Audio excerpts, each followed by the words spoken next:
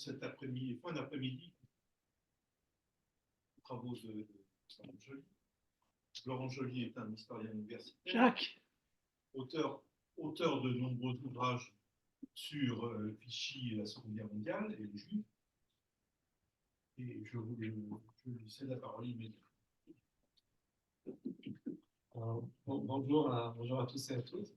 Merci pour cette invitation. Désolé, M. Stixé, d'avoir pas toujours répondu aux mails, mais voilà, les temps sont durs et il y a beaucoup de travail à faire.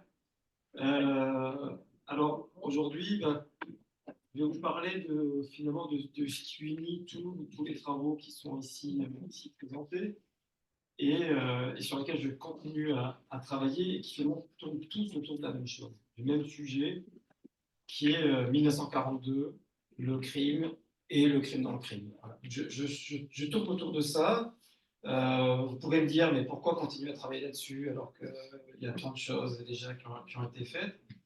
Parce qu'il y a un crime dans le crime, je vais y venir, mais qui dit crime, dit criminel, et qui dit aussi déni. C'est-à-dire que vous avez aussi des gens qui, forcément, quand vous avez des choses terribles qui se sont passées quelque part, et que vous avez des gens qui sont complices de ça, ben vous en avez d'autres qui vont essayer d'atténuer les responsabilités et de dire « Ah ben non, il n'y a pas eu de crime », pour reprendre une parole d'un célèbre polémiste, il n'y a pas eu de crime. Voilà, et ça entraîne des falsifications historiques, ça entraîne des mensonges, parce qu'il faut atténuer le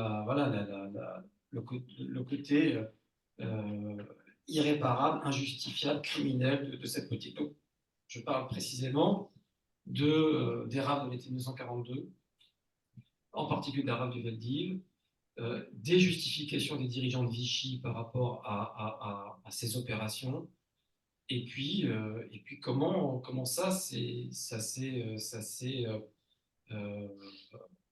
imposé au cœur de la mémoire nationale, ça a mis du temps, et comment vous avez des gens qui sont allés en réaction contre cette évolution mémorielle. Donc aujourd'hui, je présente à la fois mes travaux sur la rafle du Veldiv. Ce que j'avais sur Camus, c'est aussi très symptomatique parce que les dessins de Camus que nous avons montrés l'année dernière, il y a 2 ans maintenant, 2022, au mémoire de la Shoah, c'est des dessins qui ont été faits en 1967. Vous voyez que c'est le début de l'évolution dont on parle. Et finalement, le livre que j'ai fait contre Zemmour, il était inévitable parce que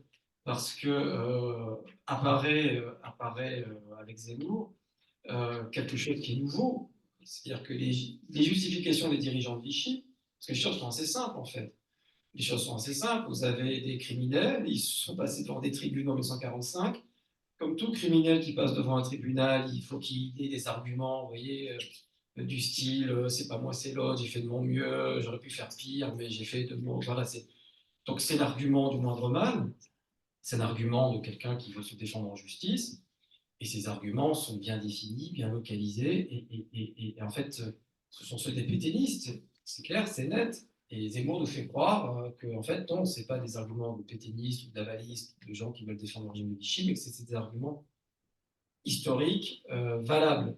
Or, quand on est historien et qu'on travaille sur ces sujets-là, on sait que c'est faux. Donc, vous voyez, c'était vraiment lié à tout le reste, à tout le reste sur lequel je travaillais. Donc la rafle du Veldiv, en quelques mots, et qu'est-ce qu'on pouvait dire de nouveau sur ce qu'on savait? On savait déjà énormément de choses, vous le savez, parce que les victimes ont commencé à pouvoir s'exprimer dans les années 60. Vous avez un premier livre qui sort en 1967, de Claude Lévy et Paul Tillard. Vous avez tous vu ce livre, cette collection verte, qui est une collection de best-sellers. Et ce livre est un tournant parce que pour la première fois, on a un livre qui est fondé sur des témoignages des victimes. La parole des victimes, des enfants de victimes, des rescapés n'était pas prise en compte à la fois dans l'espace public, dans les milieux communautaires juifs, oui, il y avait des commémorations, évidemment, mais dans l'espace public et dans les travaux historiques qui commençaient à exister. Vous aviez le CDJC, le Centre de documentation juive contemporaine, vous connaissez. On va vous dire les travaux qui sont publiés. Ce sont des travaux qui portent sur l'État, qui portent sur les mécaniques, les mécanismes de la destruction des Juifs, le commissariat général aux questions juives. Et ce sont des travaux fondés sur les archives de l'État, fondés sur les archives du commissariat aux questions juives de la Gestapo. Les victimes, les paroles des victimes ne sont pas là, il n'y a pas de témoins. C'est vraiment ce livre, et d'ailleurs ce livre s'appelle La rafle du Veldil. C'est la première fois que le terme enfin, qu'on donne un nom à cette opération, qu'on appelait la Grande Rafle, qu'on appelait la Rafle Mons, qu'on appelait les Journées de juillet 42, mais à partir de Lévi-Tillard, il y a un nom. Et donc, à partir de ce moment-là, bon, ben, une parenthèse sur Cabu, il y a un magazine qui se dit tiens, ça, il faut en parler, qui demande à Cabu, qui est un jeune dessinateur de 29 ans, d'illustrer, et Cabu découvre, comme les autres Français, j'allais dire comme tout le monde, qu'il y a eu un crime, et que ce crime, en plus, a été perpétré par la police française. Ça, c'est nouveau, c'est pas su. Les premiers manuels scolaires sur le sujet de la Deuxième Guerre mondiale rentre dans les manuels scolaires à la fin des années 50, ceux plus anciens qui se rappellent.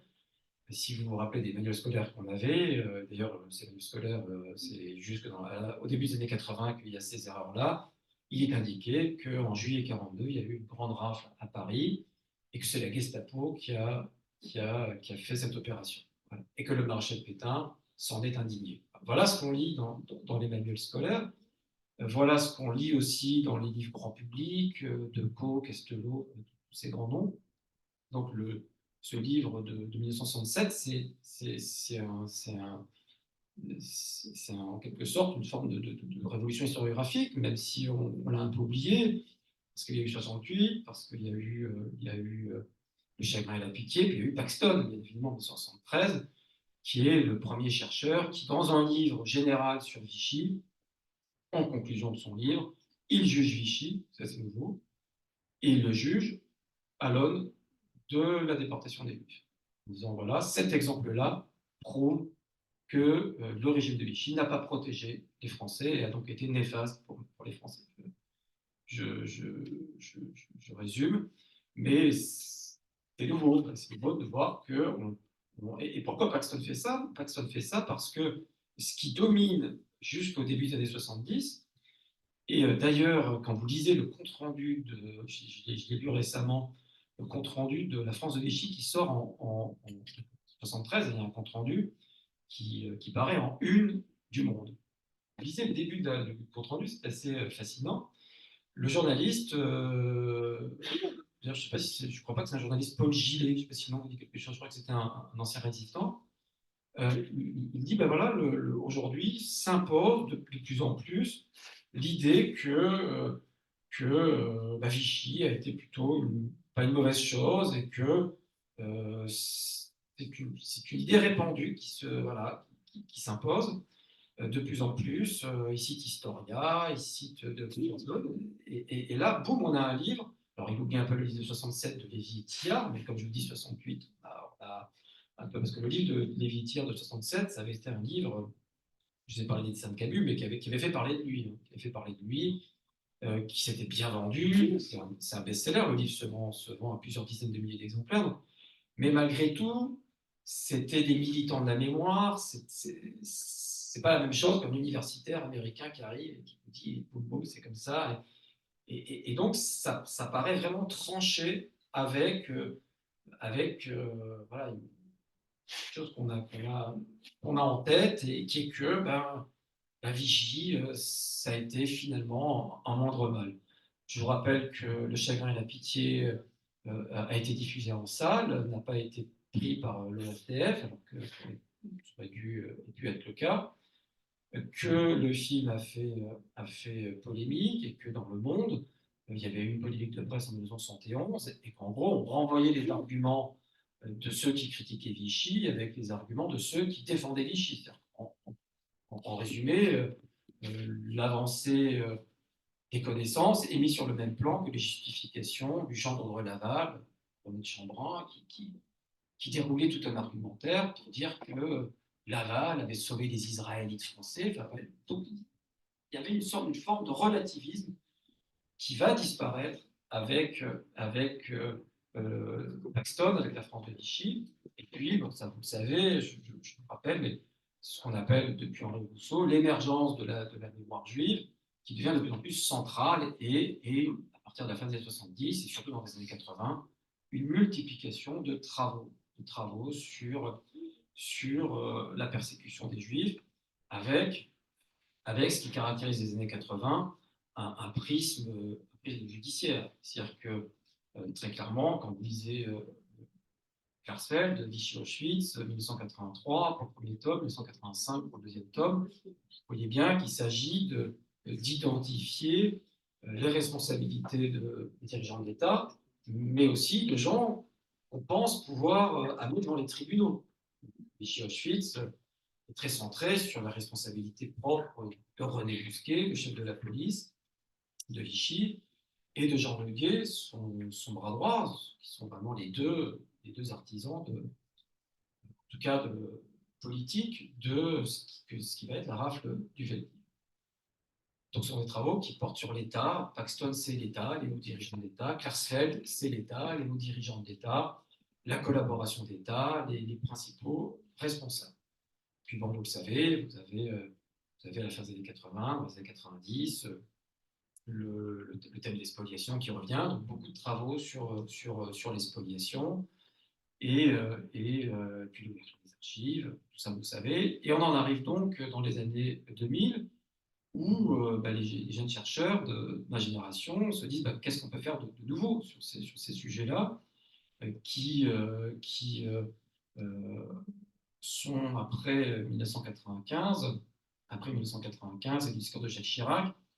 Ça concerne véritablement tout le monde. Il n'y a plus. Au tout début, quand je commençais, il m'est arrivé qu'on me pose la question Joly, c'est pas juif, pourquoi vous travaillez là-dessus? C'est des questions qu'aujourd'hui, on n'aurait même pas l'idée de poser, parce que c'est devenu un sujet complètement ancré à la fois dans la mémoire nationale, dans l'université, au CNRS. Ce qui fait qu'en fait, il y a plus de non-juifs qui travaillent sur la Shoah que de juifs. Voilà. Et c'est assez logique, puisque ça concerne toute la société française et que vous avez un président de la République qui a dit voilà, c'est un crime irréparable, il y a eu les juifs dans l'entour, mais ça concerne tout le monde. Ça concerne tout le monde. Et il n'y a plus cette espèce de ghetto scientifique. J'utilise un terme volontairement péjoratif, mais c'est comme ça qui se vivait. Des années 40, 50, 60, 70, où vous aviez d'un côté l'université, d'un côté le comité d'histoire de la Seconde Guerre mondiale, qui travaillait sur les grands sujets, la résistance,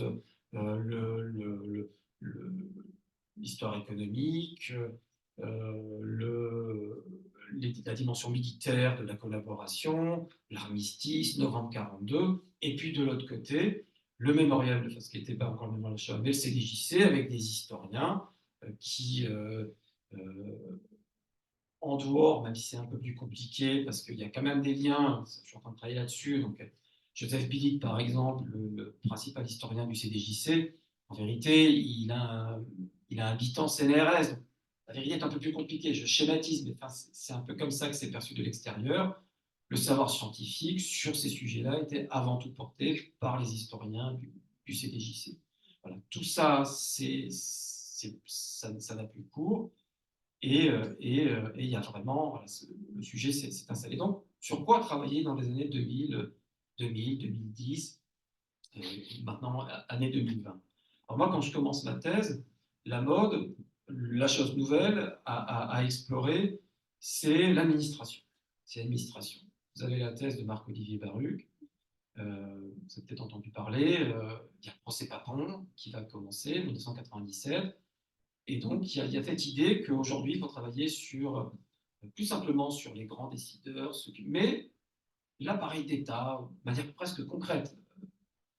Et pour ça, on a des sources nouvelles qui s'ouvrent. Donc c'est formidable, des sources nouvelles qui s'ouvrent, parce que jusqu'à présent, on pouvait accéder aux archives de l'État, les dossiers courants, les dossiers de haute cour, de Pétain, de Laval. Mais à partir des années 2000, on a accès aux dossiers individuels des gens. Les dossiers individuels des agents d'État, les dossiers individuels de l'épuration. C'est des nouveaux matériaux qui permettent d'identifier des acteurs sur lesquels on ne savait pas grand-chose.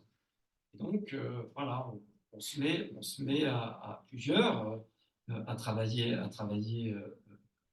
là-dessus. Moi-même, j'ai fait ma thèse sur le commissariat général aux questions juives. J'ai accès aux dossiers individuels de carrière de tous les agents du commissariat aux questions juives, 2500 dossiers, qui est une source découverte par Serge Klarsfeld, qui est versée aux archives nationales à la fin des années 90, et qui est inventoriée en 98. Donc, vous voyez que c'est tout frais. Et donc, on peut commencer à travailler là-dessus. J'ai une dérogation générale, et ça permet de comprendre, voilà, les petits fonctionnaires, les agents de cette institution d'État qui était le commissariat aux questions. Ensuite, je travaille sur la préfecture de police de Paris. Et là, alors là, c'est un continent quasi peu exploré. La préfecture de police de Paris a pourtant été l'institution qui a sans doute eu le plus grand rôle, puisque la majorité des Juifs recensés en 1940, et j'ajoute 1941, puisqu'il va y avoir 2 autres recensements en 1941, étaient à Paris. 150 000 Juifs ont été recensés à Paris et en banlieue. C'est un peu plus de la moitié du total des Juifs qui a été recensés sur l'ensemble du territoire.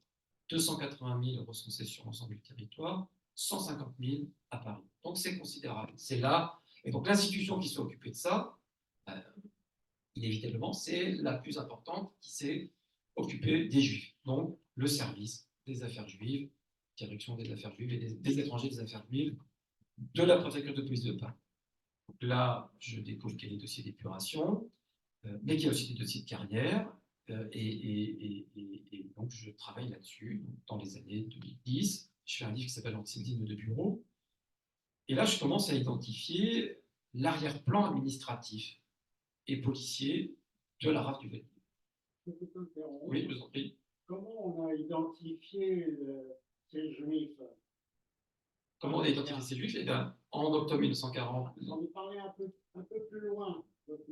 Voilà. En octobre 1940, les Allemands ils ont fait, comme vous savez, une ordonnance qui a obligé les Juifs à aller se déclarer dans les commissariats et les préfectures. Il y a le service des étrangers de la préfecture de police de Paris a été chargé d'organiser ça. Il y avait un responsable, qui s'appelait André Tullard, qui était chef de bureau au service étranger, c'est lui qui s'occupait du casier central. Le casier central, c'était le fichier des étrangers. Il a préparé ce recensement. Vous avez des déclarations qui ont été remplies, et à partir de ces déclarations, on a fait un fichier. Oui, tous les Juifs ne se sont pas déclarés. Il y en a qui ont Tous les Juifs ne sont pas déclarés, mais en 1940, quand vous êtes Juif, vous vous dites je cours plus de risques à ne pas me déclarer qu'à me déclarer. La famille ne s'est pas déclarée. Oui, il y en a plein qui ne se sont pas déclarés, mais ça reste exception. Ça reste exception. S'il vous plaît, si on veut que, y compris les gens qui ne sont pas là, puissent s'entendre, je vous propose de laisser M. Joly aller au bout, et après, il y aura des échanges, et vous pourrez utiliser un micro pour que tout le monde puisse entendre. Voilà. Parce que là, les gens qui sont à distance n'entendront pas. Oui, alors, moi, je peux parler comme ça. Non, sinon, ils ne vous entendront pas. Ah, alors, comme ça, voilà. Il y a la salle, et puis il y a les gens qui sont là. Donc, non, mais c'est intéressant qu'ils ont posé sur le recensement, parce que vous savez qu'on a retrouvé, Serge Klarsfeld avait retrouvé dans les années 90, avait retrouvé le fichier juif. Il y a une commission d'historiens qui a dit c'est pas le fichier juif. En vérité, c'est bien bel et bien ce qui reste du fichier juif de 1940 et du deuxième fichier de 1941, deuxième recensement de 1941. Mais croyez-moi, il y a eu beaucoup de travaux, René Posnanski, la grande majorité des Juifs, et notamment des Juifs étrangers, polonais en particulier, se sont recensés. Du reste, ils n'avaient pas le choix, parce que en tant qu'étrangers, ils étaient déjà tenus de se déclarer comme étrangers, donc les services de police les connaissaient, et quand vous vous appelez Goldstein, Zilberstein, tout le monde sait que vous êtes juif, donc vous n'avez pas le choix. L'ordonnance allemande disait que que ceux qui ne se soumettraient pas au recensement seraient sévèrement sanctionnés, internés. Vous dites, à ce moment-là, il faut mieux être dans les règles. C'est après B41 que vous avez des gens qui commencent à rentrer dans la clandestinité. C'est après la première rafle. Là, vous vous dites, on a plus intérêt à être dans la clandestinité que pas. Mais au départ, vous savez, c'est humain. Les gens se disent, puis les juifs sont habitués à être persécutés. Donc, on fait le dos rond. On se dit, bon, ben, ça passera. On n'imagine jamais qu'il va y avoir une étape encore pire. Donc, le pire qu'on imagine en 1940, c'est qu'on va être mis au banc de la nation, être stigmatisé, qu'on va peut-être voler votre magasin. La spoliation des juifs, elle n'est pas officielle avant le printemps 41. Jusqu'au printemps 41, tactiquement, ce n'est pas de la spoliation. Donc, il y a notamment un rapport extraordinaire qui a été fait par Léo Hamon, résistant en avril 41, je ne sais pas si vous connaissez ce travail, qui a fait René Posanski à Paris. Il va à Paris, et notamment dans ces quartiers, va voir les associations, et avril 41, le sentiment dominant chez les juifs, notamment immigrés, c'est on va s'en sortir. On n'imagine pas encore les rafles, on n'imagine pas la spoliation. Jusqu'à présent, on a des commissaires gérants, c'est vrai. On a des ventes forcées, c'est vrai.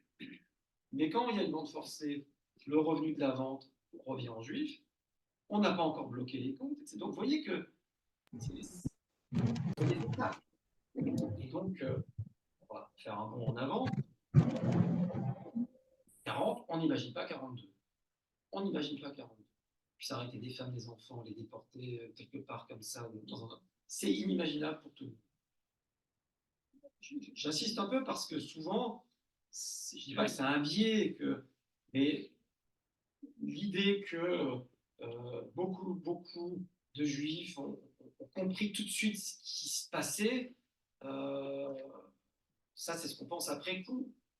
Non, la plupart, non, hélas. Donc, je reviens à mon petit topo historiographique.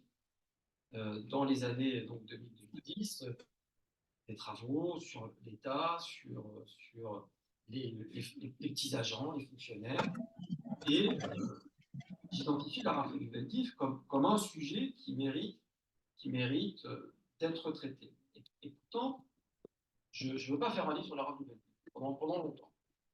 Je ne veux pas faire de livre sur la rafle du Veldiv parce que je me dis, après tout, il y a déjà le livre de Claude Lévy et de Tillard, et puis j'ai fait un livre, l'État contre les Juifs. J'ai déjà un chapitre sur la rafle du Veldiv. Mais dans l'enveloppe, tu as des sous. En particulier sur le rôle des commissaires, les marges de manœuvre des policiers. Donc j'ai déjà des éléments nouveaux.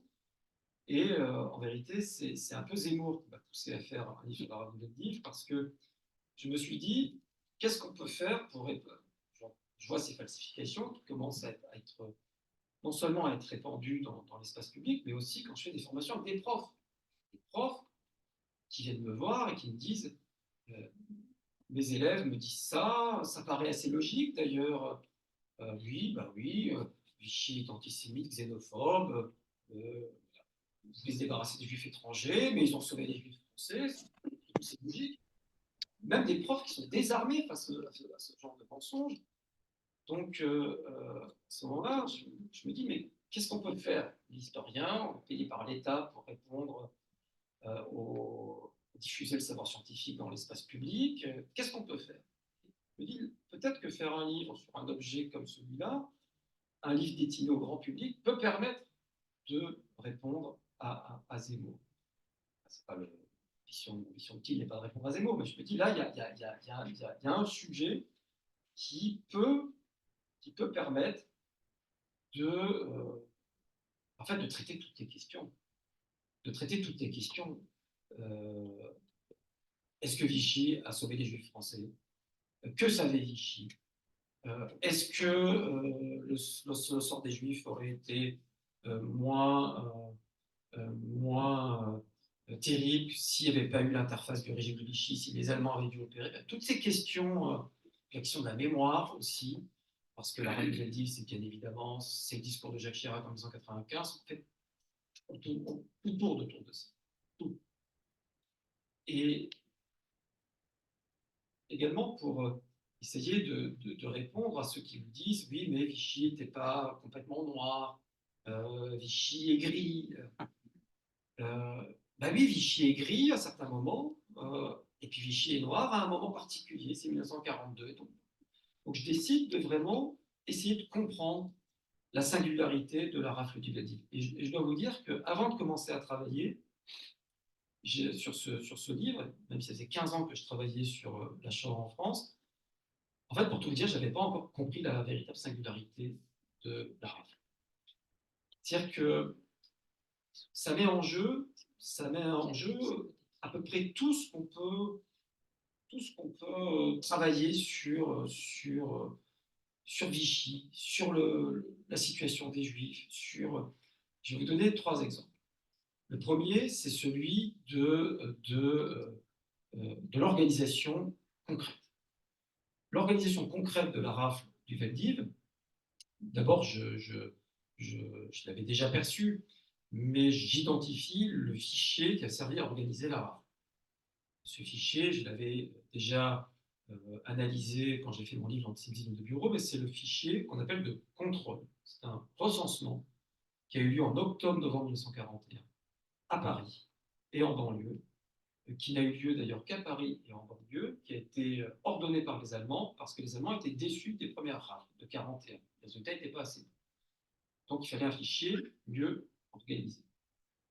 Et quand ce fichier a été élaboré, ce n'est pas qu'il y aurait un jour le rafle du Veldiv, mais c'est ce fichier qui a servi à organiser la rafle. Donc je me suis dit, pour comprendre l'organisation de la rafle, je vais faire une base de données, de CNRS, on fait du traitement statistique, c'est ce que je fais. Et qu'est-ce que je réalise? Je réalise d'une part que ce fichier comprend, c'est un fichier en fait qui ne visait que les, c'est ça d'ailleurs qu'on l'appelle le fichier de contrôle, que des adultes entre guillemets, c'est-à-dire des juifs et des juifs de plus de 16 ans. C'est eux qui doivent se déclarer. Les enfants sont mis sur les fiches des parents. Donc, vous regardez les fiches, vous connaissez sans doute ces fiches, elles sont dactylographiées.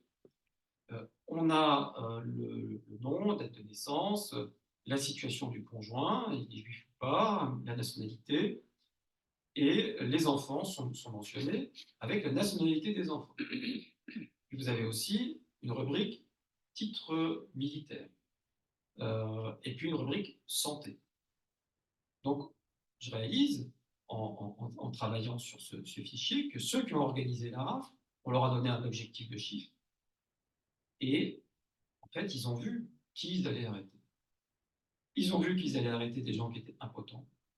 Ils ont vu qu'ils allaient arrêter des gens qui avaient des titres militaires, qui normalement, si Vichy avait mené une politique de moindre mal, ils étaient tellement épargnés, c'est normal. Des gens qui ont servi la France, ça devrait être sacré pour le maréchal Pétain. Et puis surtout, il y a la nationalité des enfants. Français, fiche français. Je quantifie même 80% d'enfants français.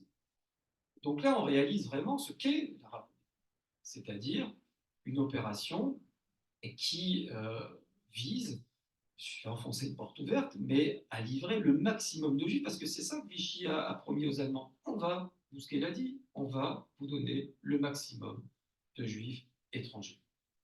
Les enfants, on ne les a même pas comptés. Ça aussi, je le réalise en travaillant sur mon livre. Les enfants n'étaient pas dans les objectifs. Ils ne sont pas dans les objectifs.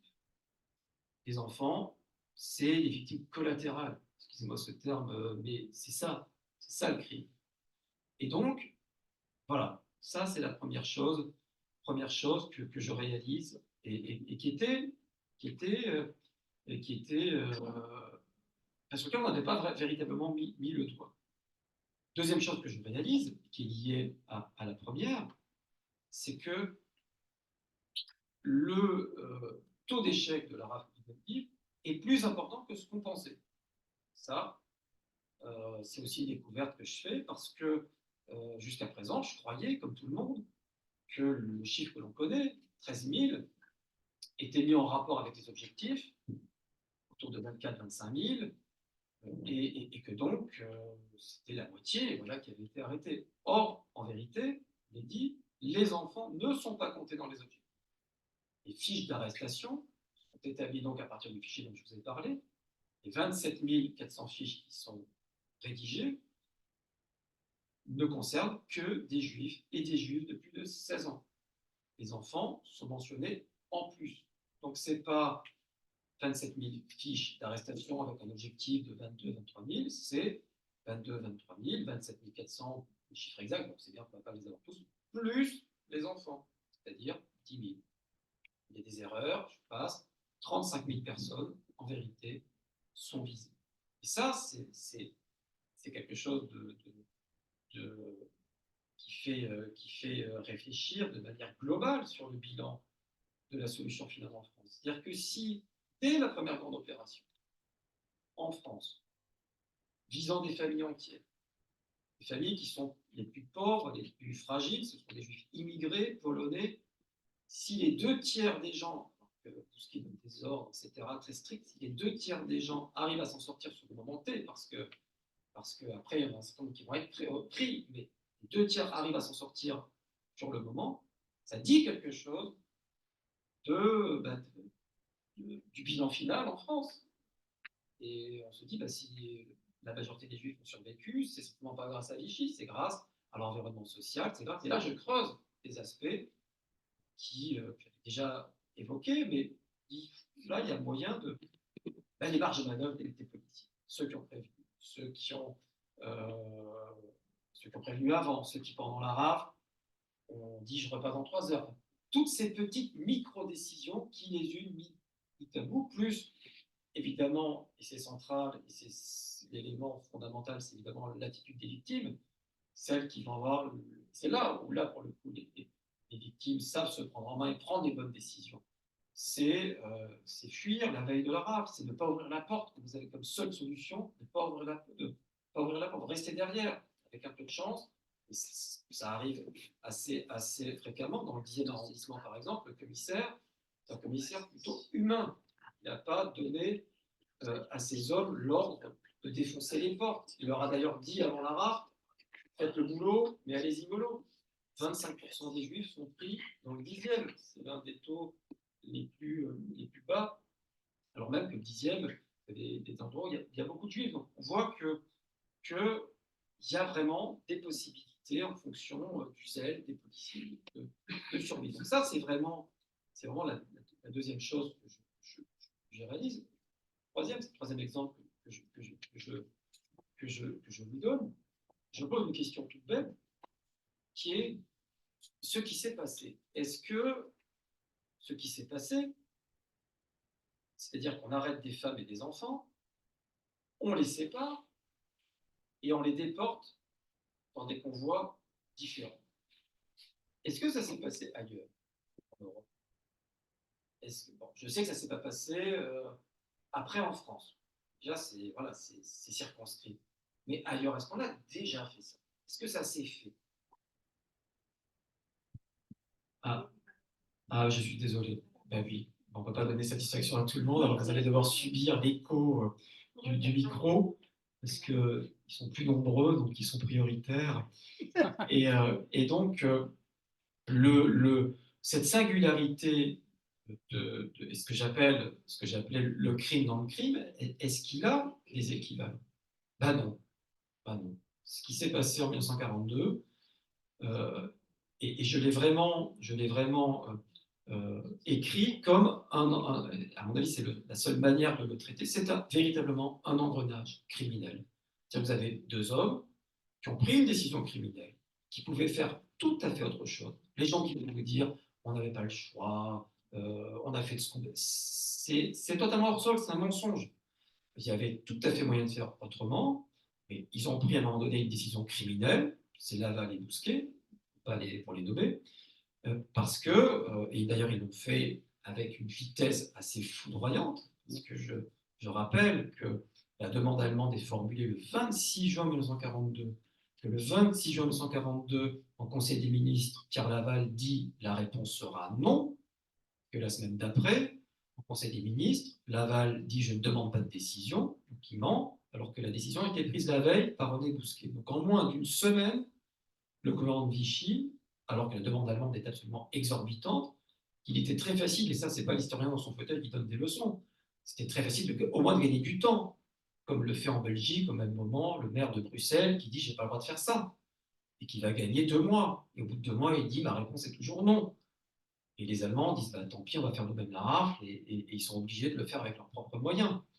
Donc, il y avait tout à fait la possibilité de dire bah, écoutez, là, c'est compliqué, ce que vous nous demandez. Non, il y a une précipitation des dirigeants de Vichy, et c'est cette précipitation qui entraîne le crime, qui entraîne l'engrenage criminel. Parce que les Allemands, comme vous le savez, ne veulent pas les enfants tout de suite. Donc, rien qu'avec ça, il y avait moyen de gagner du temps.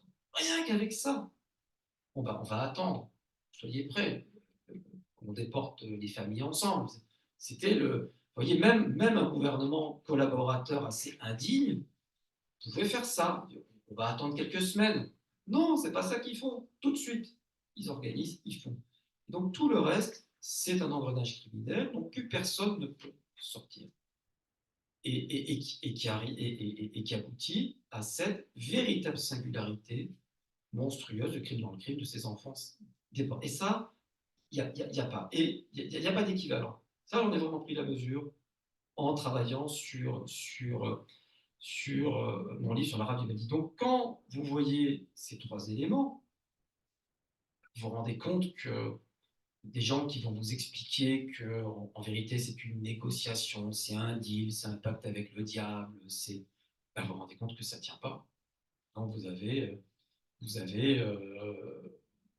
de très très bons arguments à opposer à des gens qui vont, comme Zemmour, dire attendez, c'est plus compliqué, c'est plus complexe, je ne dis pas que Vichy est antisémite, mais, et d'ailleurs encore la semaine dernière sur France Culture, Alain Finkielkraut, qui était sympathique, mais Finkielkraut redit oui, sur le plan des faits, Laval a vraiment sauvé les Juifs français, mais sur le plan de la morale, je ne suis pas d'accord. Non, sur le plan des faits, c'est faux. C'est tout. C'est sur le plan des faits, non.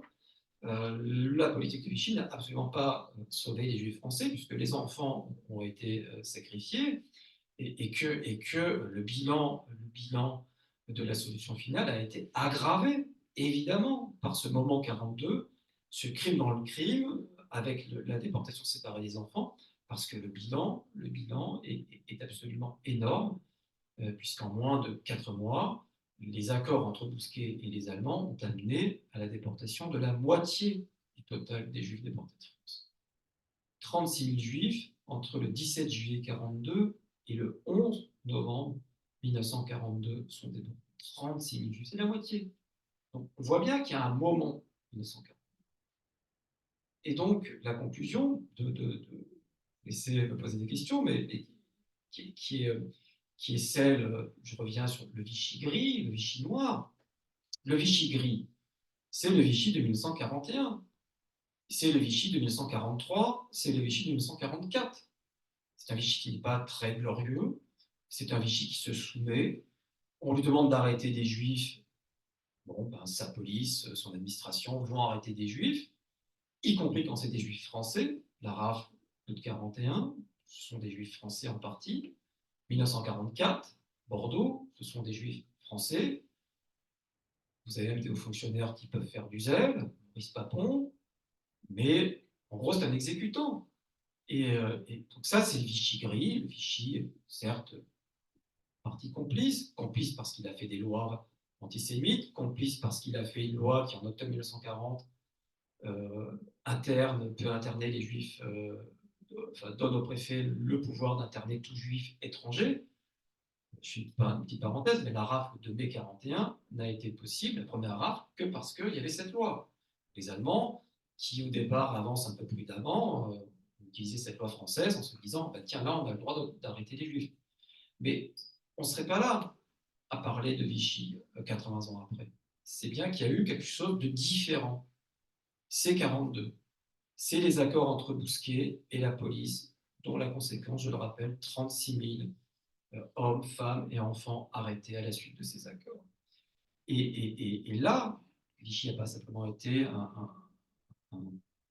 exécutant peu glorieux et parfois complice. Non, Vichy a été co-décisionnaire, co-organisateur et donc co-responsable de ce qui s'est passé. D'où les mots du président Chirac nécessaires en 1995, parce qu'il s'est passé quelque chose qui engage autre chose qu'un État qui gère une situation exceptionnelle de collaboration, de contraintes extrêmes. On ne va pas dire que l'occupation n'est pas une contrainte extrême, mais c'est ce quelque chose de particulier que, voilà, autour duquel je continue à travailler et sur lequel il faut continuer à travailler parce que vous aurez toujours des gens qui ne voudront pas avoir ça en face. Et parce que personne n'a envie, notamment quand on aime son pays, et ben c'est bien d'aimer son pays. Mais quand son pays a accompli quelque chose de criminel, il faut avoir le courage de l'accepter.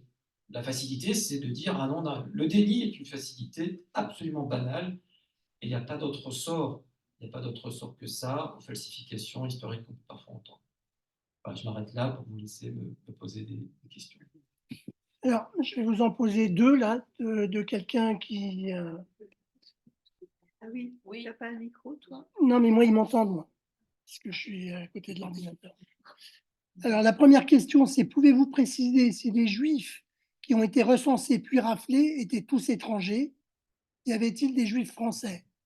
Alors, donc, oui, je reprécise, il y a des Juifs français, les enfants, qui sont, dès la rafle du Veldiv, arrêtés. Je précise qu'ils étaient, parce que parfois on dit oui, mais ce n'est pas vraiment des Français, c'était des enfants d'étrangers. Bon. Le problème, c'est que. Si, c'est vachement important, à mon avis. Je prendrai la parole après. Je vous laisse parler. Oui, mais vous la prendrez après avec le C'est micro. important ce que vous dites là, parce que ce sont des enfants d'étrangers. Alors Mon oui, père, qui était français, n'a pas été arrêté. tout à fait. Alors, attends. Il venait avec sa mère, qui était russe. Alors, Sa mère a été arrêtée, elle était russe. Attendez, monsieur. donc, laissez-moi terminer. Vous comprenez, c'est beaucoup plus compliqué que ce que vous dites. Monsieur. Attendez. Justement, attendez, vous énervez pas. C'est beaucoup plus compliqué. Attendez que je finisse mon développement. Oui, allez-y, excusez-moi. Pour l'administration de Vichy, ils étaient considérés comme des Français à titre irrévocable. Parce que c'était la loi de l'époque, et ils ont des fiches de juifs français, et si Joseph Schwartz était devant vous, 97 ans, qui a été arrêté pendant la rafle du Veldiv, dont les parents juifs étrangers naturalisés français en 1938, dénaturalisés par Vichy en 1941, lui n'a pas été dénaturalisé. Il est resté français, parce qu'il était né français, que ses parents l'avaient déclaré. C'est donc bien que pour Vichy, ça avait un sens. Sinon, on les aurait dénaturalisés, ils auraient été considérés et classés comme étrangers, ça n'a pas été le cas.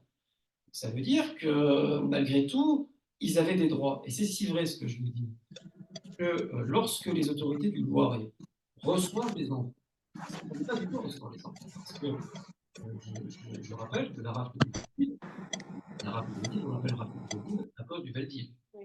Et que le Veldiv a été, on a fait le choix de mettre des familles au Veldiv. Vous savez que les familles ont été dirigées vers le Veldiv et que les juifs qui étaient directement déportables ont été envoyés à Drancy. 13 000, 5 000 sont envoyés à Drancy, 8 000 sont envoyés au Veldiv. Pourquoi on les a envoyés au Veldiv? Parce que normalement, les enfants auraient dû être, dès le moment de l'arrestation, séparés de leurs parents pour être confiés à l'assistance publique ou à l'UJIF. Et on n'a pas fait ça.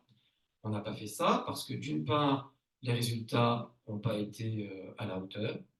Et ça, les responsables de la préfecture de Paris étaient très gênés de présenter des chiffres aussi bas aux Allemands. Donc on s'est dit, si on garde des enfants, eh ben, ça va monter les chiffres. Hein. C'est vraiment ça qu'il y a derrière. Et puis, la rafle ne s'est pas passée aussi bien qu'on l'imaginait. Ça a été des drames humains, ça a été... Et donc, on s'est dit, ça va être compliqué à faire. on va se débarrasser de ce problème sur le département du Loiret.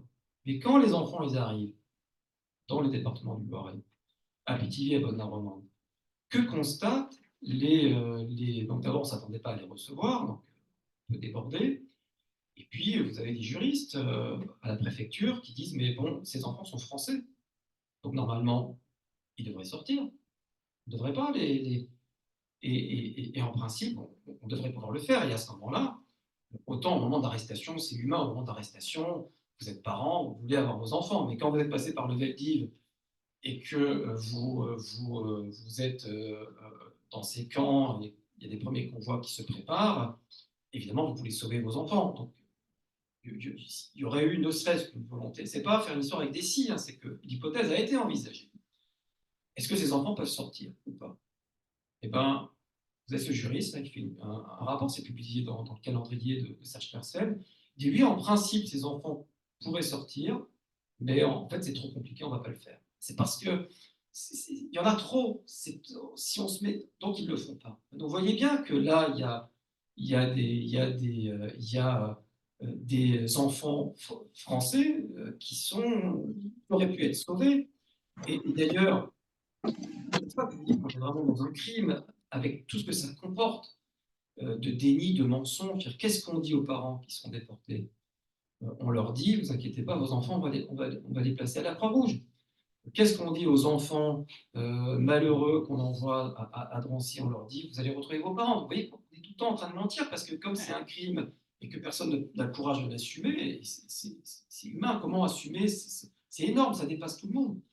Donc voilà, donc je pense qu'on peut véritablement dire qu'il n'y a aucun doute sur le fait que la citoyenneté française de ces enfants qui étaient nés à Paris, qui parlaient que français pour la plupart d'entre eux, était quelque chose qui était considéré comme gravé dans le marbre par les autorités françaises, et que ça donnait des droits, bien évidemment, que ça aurait dû donner des droits, que ça aurait dû épargner les parents étrangers. Mais ce n'est pas la logique de Vichy à ce moment-là d'essayer d'épargner des gens. La logique de Vichy à ce moment-là, c'est donner le maximum de juifs aux Allemands. On leur a promis 40 000, il faut leur donner 40 000. Bon, Vichy a plutôt bien travaillé, puisque en moins de 4 mois, il y aura 36 000 juifs qui auront été livrés. Les Allemands, en novembre 1942, féliciteront Bousquet, diront votre police travaille bien, il y aura même des félicitations qui seront donnés à la police parisienne après la rafle des juifs grecs. Donc voilà, c'est ça 1942. Alors, une autre question en vidéo, et puis on passera la parole à la salle après. Autre question, donc, dans un reportage sur la résistance des Juifs en Algérie pendant la Deuxième Guerre, reportage diffusé l'année dernière sur Arte, il est dit que le gouvernement de Vichy a d'abord appliqué les lois anti-juives en Algérie avec déportation dans un camp en Algérie, camp qui serait le camp de Bedeau. Oui, c'est une chose connue. Vichy a mis en œuvre sa politique antisémite en Algérie de manière encore plus radicale qu'en métropole, puisque les enfants des Juifs qui ont perdu la citoyenneté française, vous savez que le décret Crémieux a été abrogé, c'est l'un des 3 aspects de la politique anti-juive de Vichy en 1940. Vous avez le statut des Juifs. Le statut des Juifs vise les Juifs français, qui sont exclus de la fonction publique, une grande partie d'entre eux en tout cas. Vous avez la loi qui permet d'interner les ressortissants étrangers de race juive, selon le terme de la loi. Et puis vous avez la troisième loi, le troisième élément du triptyque, qui, pour les juifs étrangers, pour les juifs d'Algérie, leur retire leur statut de citoyen français. Donc, d'une part, le fait qu'ils aient plus le statut de citoyen français, ça leur enlève des droits. Et en plus, il y a toutes les lois antisémites qui vont s'appliquer à eux, le statut des Juifs, les lois de 41, le recensement, la spoliation. Et puis, effectivement, un certain nombre d'entre eux seront internés dans des très mauvaises conditions, camp de Bedeau, dans d'autres camps en Algérie. Donc là, il y a un monsieur qui a une question, mais attendez, il y a le micro. On va vous le passer. Il est branché, il est Actif. Et le bouton appuyé.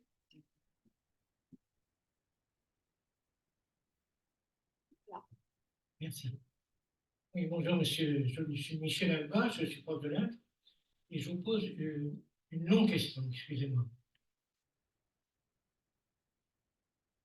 Je viens d'une famille où mon père, qui est né en 1909, est devenu français en 1927 par la loi de 1927. Il a fait son service militaire, il habitait avec sa mère, 35 rue Godon-de-Mauroy, juste derrière la Madeleine, une rue très connue. Deuxième étage sur la cour. En 1942, la sœur de ma grand-mère, donc la sœur de la mère de mon père, habitait 35 rue Fontaine. Elle a été arrêtée lors de la rafle du lundi. 35 rue Fontaine, juste à côté de la place Blanche. Son frère, qui était frère aussi de ma grand-mère, habitait rue Henri Monnier, tout près, à 3 minutes, 5 minutes, disons, à pied. Il n'a pas été arrêté. Pourquoi? Parce qu'il était devenu français. Une autre sœur de ma grand-mère, ils étaient tous nés à Odessa. Ils sont venus à Paris en 1905 à cause des pogroms d'Odessa. Et comme vous disiez tout à l'heure que les Juifs n'étaient pas conscients du tout de ce qui leur arrivait, c'est archi vrai. Parce que ma grand-mère qui avait vécu les pogroms d'Odessa, je vois ses lettres en 1940 à mon père, qui est mobilisé à ce moment-là. Elle dit, elle n'a pas du tout conscience que l'arrivée des Allemands à Paris est une catastrophe pour elle. Donc je reprends ma petite histoire. Ils étaient trois. Donc il y avait ma grand-mère qui avait un frère et une sœur. La sœur habitait 112 boulevard Rochechouart, à côté du théâtre de la Cigale, au de la rue des Martyrs. Elle n'a pas été arrêtée non plus, parce qu'elle avait été mariée avec un Français. Le frère de ma grand-mère était marié avec une Française, donc il est devenu français. Mon père était devenu français avec la loi de 1927. La fille de l'oncle de mon père, donc qui habitait rue Henri Monnier, Jacqueline Schneider, n'a pas été arrêtée non plus, elle était juive. Sur la famille, il y a 2 qui ont été arrêtés sur 8. Exactement la même proportion qu'en France, c'est-à-dire un quart qui ont été déportés et assassinés, et les 3 quarts de la famille n'ont pas été arrêtés. Mon père vivait avec sa mère. Le 29 octobre 1942, les policiers sont venus arrêter sa mère, mais pas lui. C'est le 29 octobre 1942. Et quand les policiers sont arrivés, la concierge a indiqué où habitait ma grand-mère, et ma grand-mère ne pouvait pas aller nulle part. Quand vous dites que les Juifs pouvaient se réfugier, sortir quelque part, c'est impossible. Mon père, il parlait quasiment pas de ce qui s'était passé, mais il a dit quelques petites choses. Il a dit en particulier que des policiers étaient venus la prévenir la veille au soir. Mais ma grand-mère n'avait nulle part où aller. D'autre part, elle était d'origine russe. Elle était devenue polonaise en 1922 parce que mon grand-père était né en Pologne et la Pologne était, quand il est né, était russe et ensuite, avec le traité de Versailles, il est devenu polonais. Donc elle est devenue polonaise par voie de conséquence. Et elle avait une autorisation de voyager. Partout où elle allait, si on lui demandait ses papiers d'identité, elle devait présenter ce document du consulat de Pologne, qui était à ce moment-là, quand elle a eu 5 rue Godot de Mauroy, un ancien appartement où Chopin était venu jouer du piano, lié à l'association des exilés polonais à l'époque, et donc elle avait nulle part où aller. Donc c'est pas parce qu'ils sont prévenus qu'ils peuvent s'échapper. Non, c'est pour ça qu'il y en a qui sont pris, bien sûr. C'est que tout le monde ne peut pas partir, tout le monde était prévenu. Mais comment vous expliquez, monsieur Joly, comment vous expliquez que les 3 quarts des Français juifs, enfin, des Juifs qui vivaient en France, n'ont pas été arrêtés? Pourquoi? C'est un fait complètement unique en Europe. Comment ça se fait? Non, c'est pas unique en Europe. vous avez des pays où il y a des taux bien plus importants de survie, même en Italie. Non, vous savez, tout ça, c'est traité par les spécialistes depuis très longtemps. Donc d'abord, je vous dis, dès la rafle du Veldiv, les gens visaient. Je ne parle pas de votre père, je ne parle pas d'autres membres de votre famille. Dès la rafle du Veldiv, les gens visaient, c'est-à-dire des juifs apatrides. Les 2 tiers arrivent à ne pas être arrêtés. Au même moment où vous faites une rafle à Amsterdam, les 3 quarts sont arrêtés. Vous voyez que dès le départ, il y a des possibilités de survie qui en France sont bien plus grandes qu'ailleurs. Dès le départ, dès la première grande rafle qui vise des femmes, des enfants. Donc c'est bien. D'accord. Donc, Mais comment fait Non, mais on monsieur, d'une famille qui vit dans le même appartement? Ça touche pas. et c'est normal, puisque, C'est pas le français. et c'est ce que je vous dis, laissez-moi développer, ce sont des arrestations sur fiche. Donc, on vise des étrangers. C'est les accords entre Bousquet et les Allemands, c'est, je vous donne le nombre de juifs étrangers que vous voulez. C'est ça l'accord. Et c'est ça le crime. On ne va pas dire, non, parce que c'est un peu comme des gens qui passent en cour d'assises et qui disent c'est vrai, j'ai tué 10 personnes, mais j'aurais pu en tuer 15, devrais m'acquitter parce que c'était 5. Donc, il est là l'accord entre Donc, effectivement, vous avez dans une même famille, et ça d'ailleurs, on le voit beaucoup sur la rafle du Veldiv, des gens qui parfois s'en sont sortis parce qu'on est allé chez la sœur qui, elle, est naturalisée, ou dont le mari est prisonnier de guerre.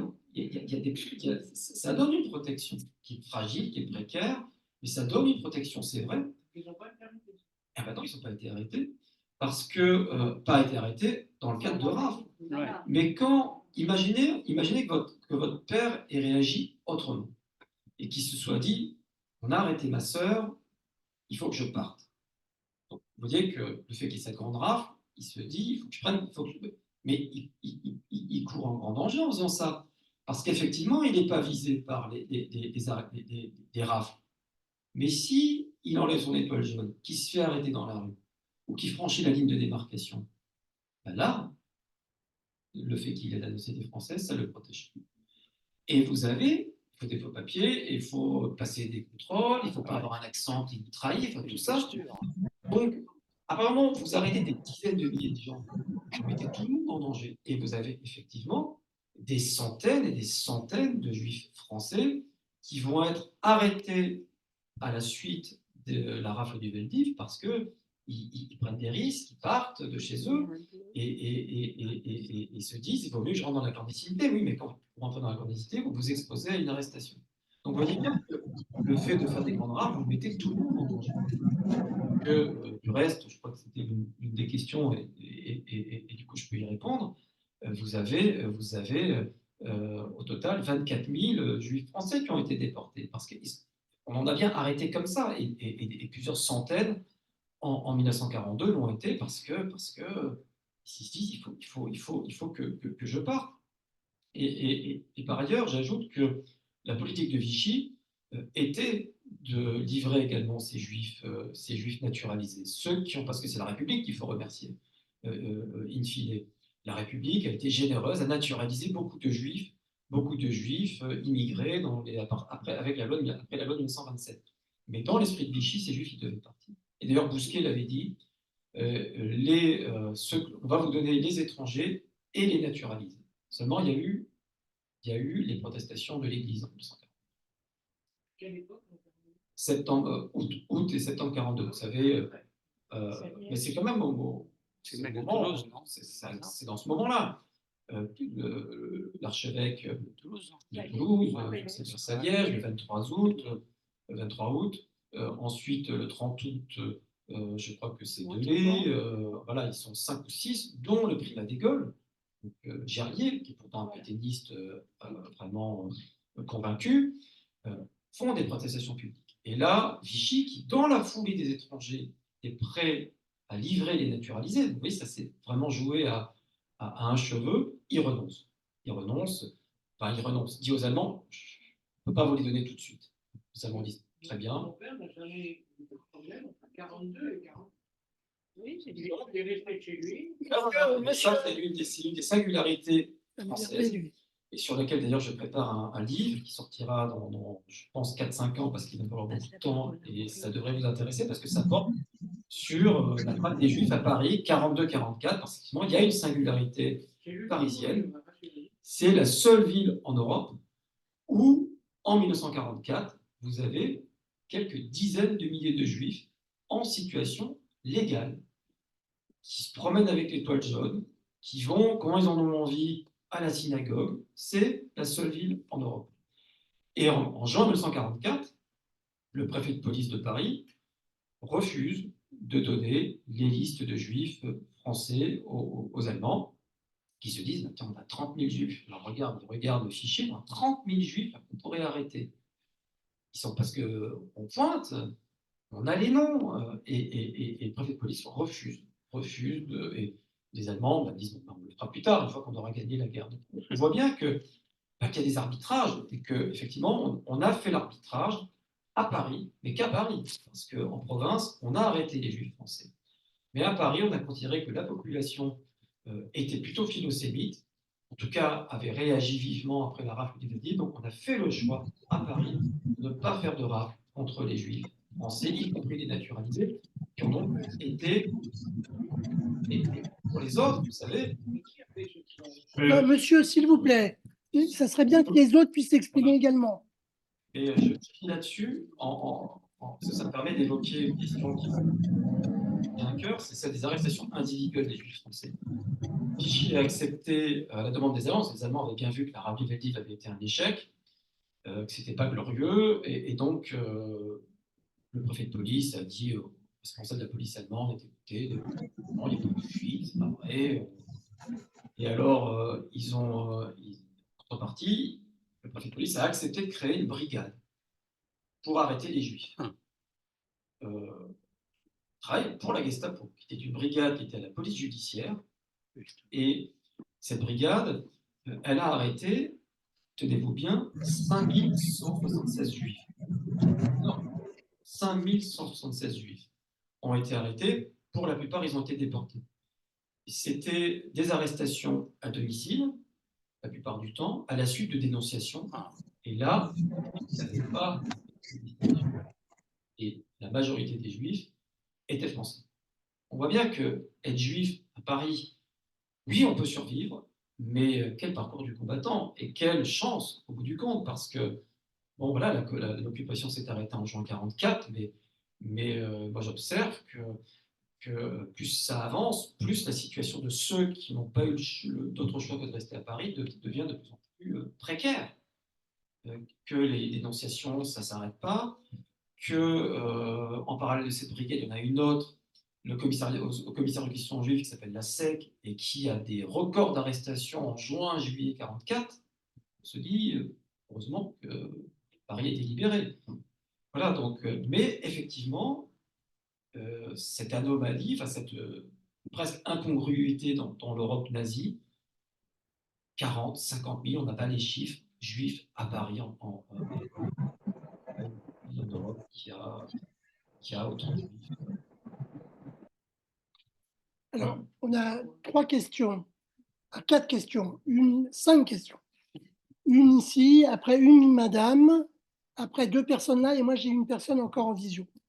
Donc on essaye de faire un peu court si on veut que tout le monde puisse s'exprimer.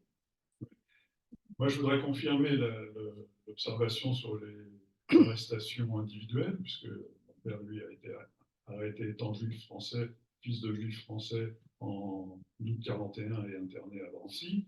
Mais ce que je voulais dire, c'est que dans la complexité, si on parle de complexité, ce serait beaucoup plus simple de parler d'arbitraire, parce qu'en cette période-là, l'arbitraire est total et permanent. Donc, sur la base des objectifs d'arrestation, si on n'a pas fait le nombre, il n'y a plus de règles qui tiennent, on doit remplir des objectifs, et puis d'une façon ou d'une autre. Ensuite, les déportations commencent en mars 1942, avant la rafle du Veldiv, parce que Cooper ont la possibilité de constituer des convois, d'avoir avant, parce que c'est possible d'avoir des trains qui étaient occupés ailleurs, mais il vit de Drancy, puis il faut remplir Drancy. Donc c'est déjà la machine criminelle qui est en route, déjà même avant la rafle du Veldiv. Et vous avez évoqué les recherches sur les archives administratives. Il se trouve que mon grand-père était donc interdit d'exercice de la médecine, puisque les médecins, les architectes, il n'y avait pas que les fonctionnaires qui étaient interdits d'exercice. À un moment, un historien est allé regarder dans les archives de l'Ordre des médecins, il a trouvé une lettre de mon grand-père, et ensuite mon père qui a voulu la revoir ne l'a pas trouvée parce que les archives avaient fortuitement disparu au cours d'un déménagement, ce qui est bien embêtant, parce qu'il y avait peut-être des lettres de dénonciation, des choses comme ça. Et donc, c'était bien commode que ça disparaisse. Donc, je ne sais pas si les architectes ou d'autres organismes ont eu ce genre de péripéties. Madame?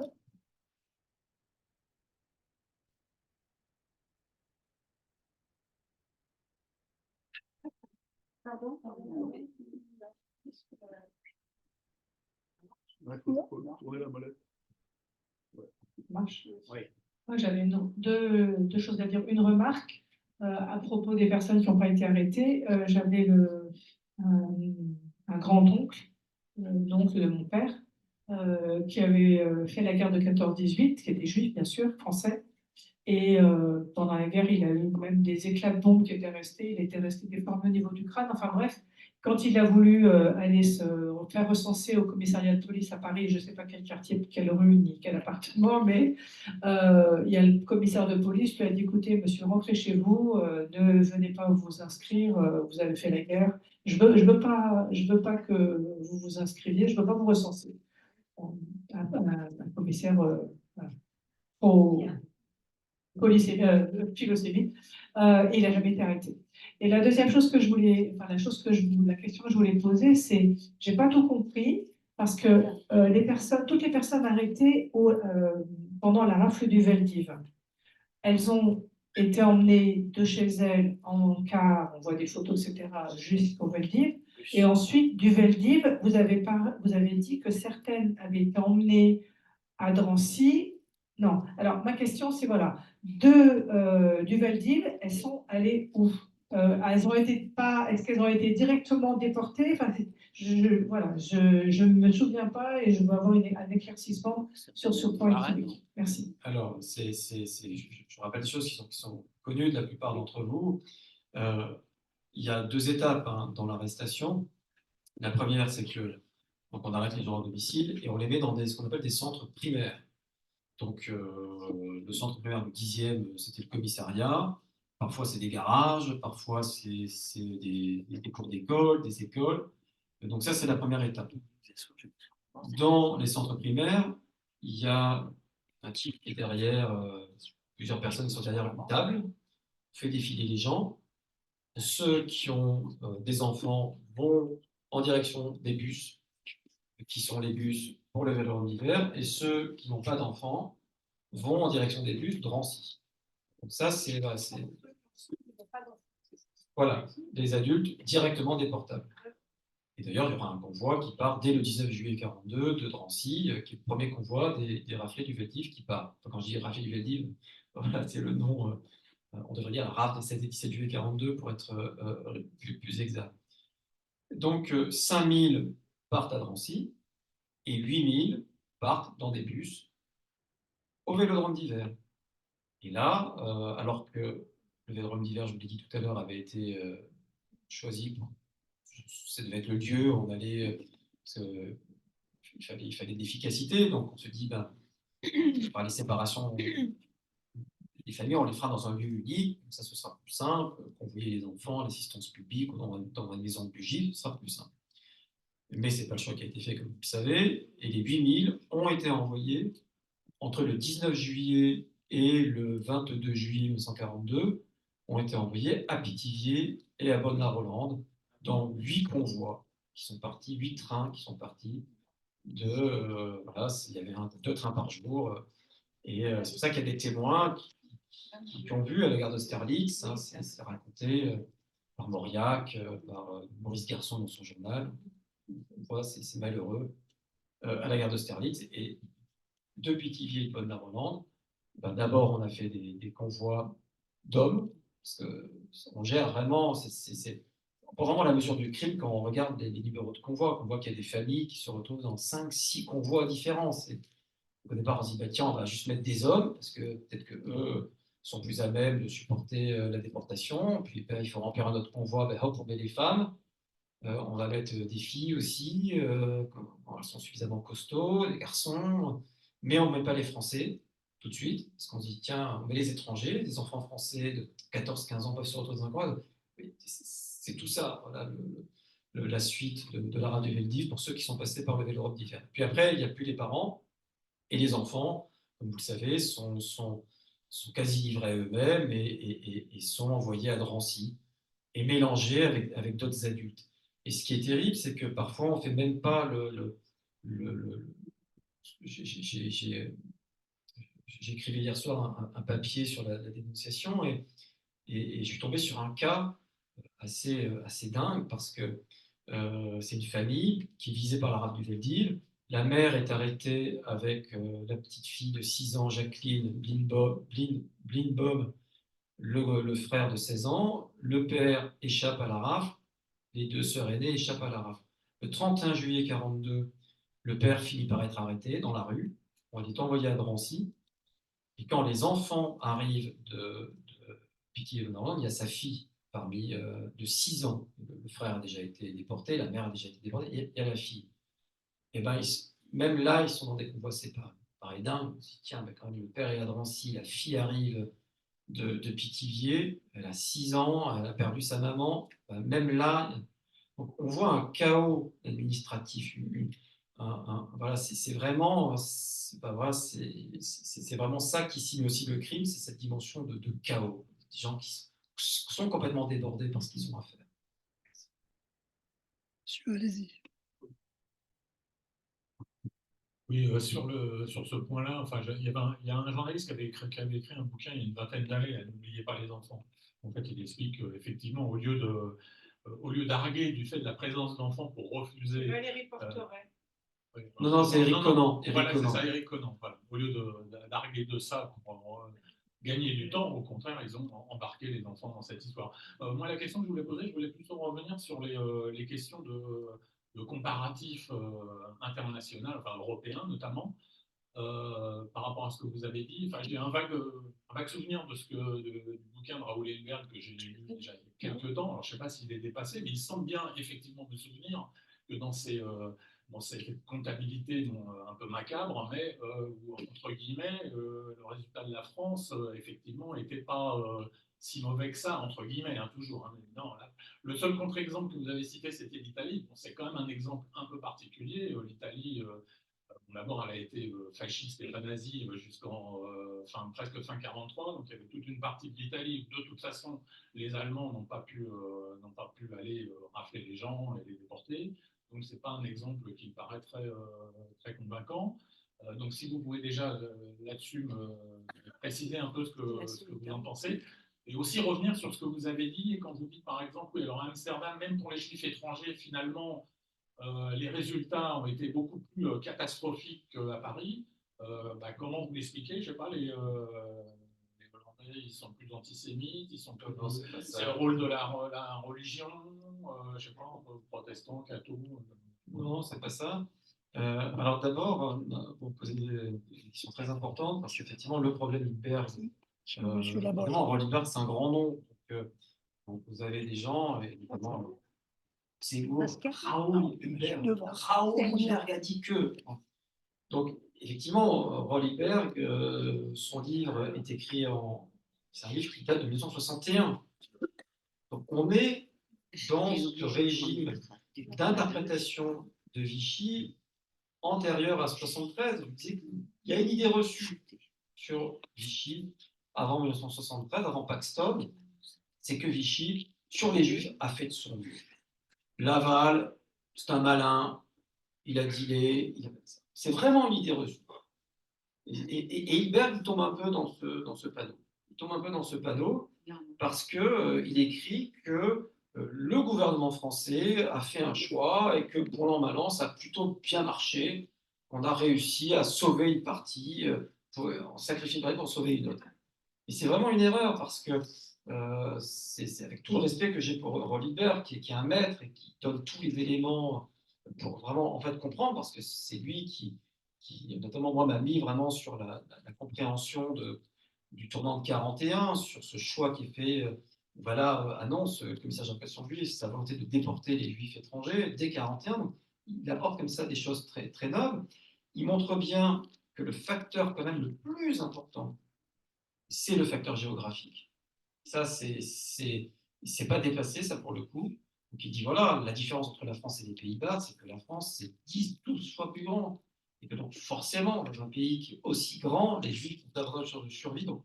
Mais il y a quand même ce crédit qu'il donne à Laval, parce on est toujours tributaire de son époque, de ce qui est écrit par d'autres collègues. Vous avez une biographie très favorable de Pierre Laval qui est sortie à la fin des années 50, en anglais. Donc, vous voyez, il est tributaire de ça. Est-ce qu'il ne voit pas, est-ce qu'il ignore à ce moment-là? C'est par contre des choses aussi bêtes que les chiffres que je vous ai donnés.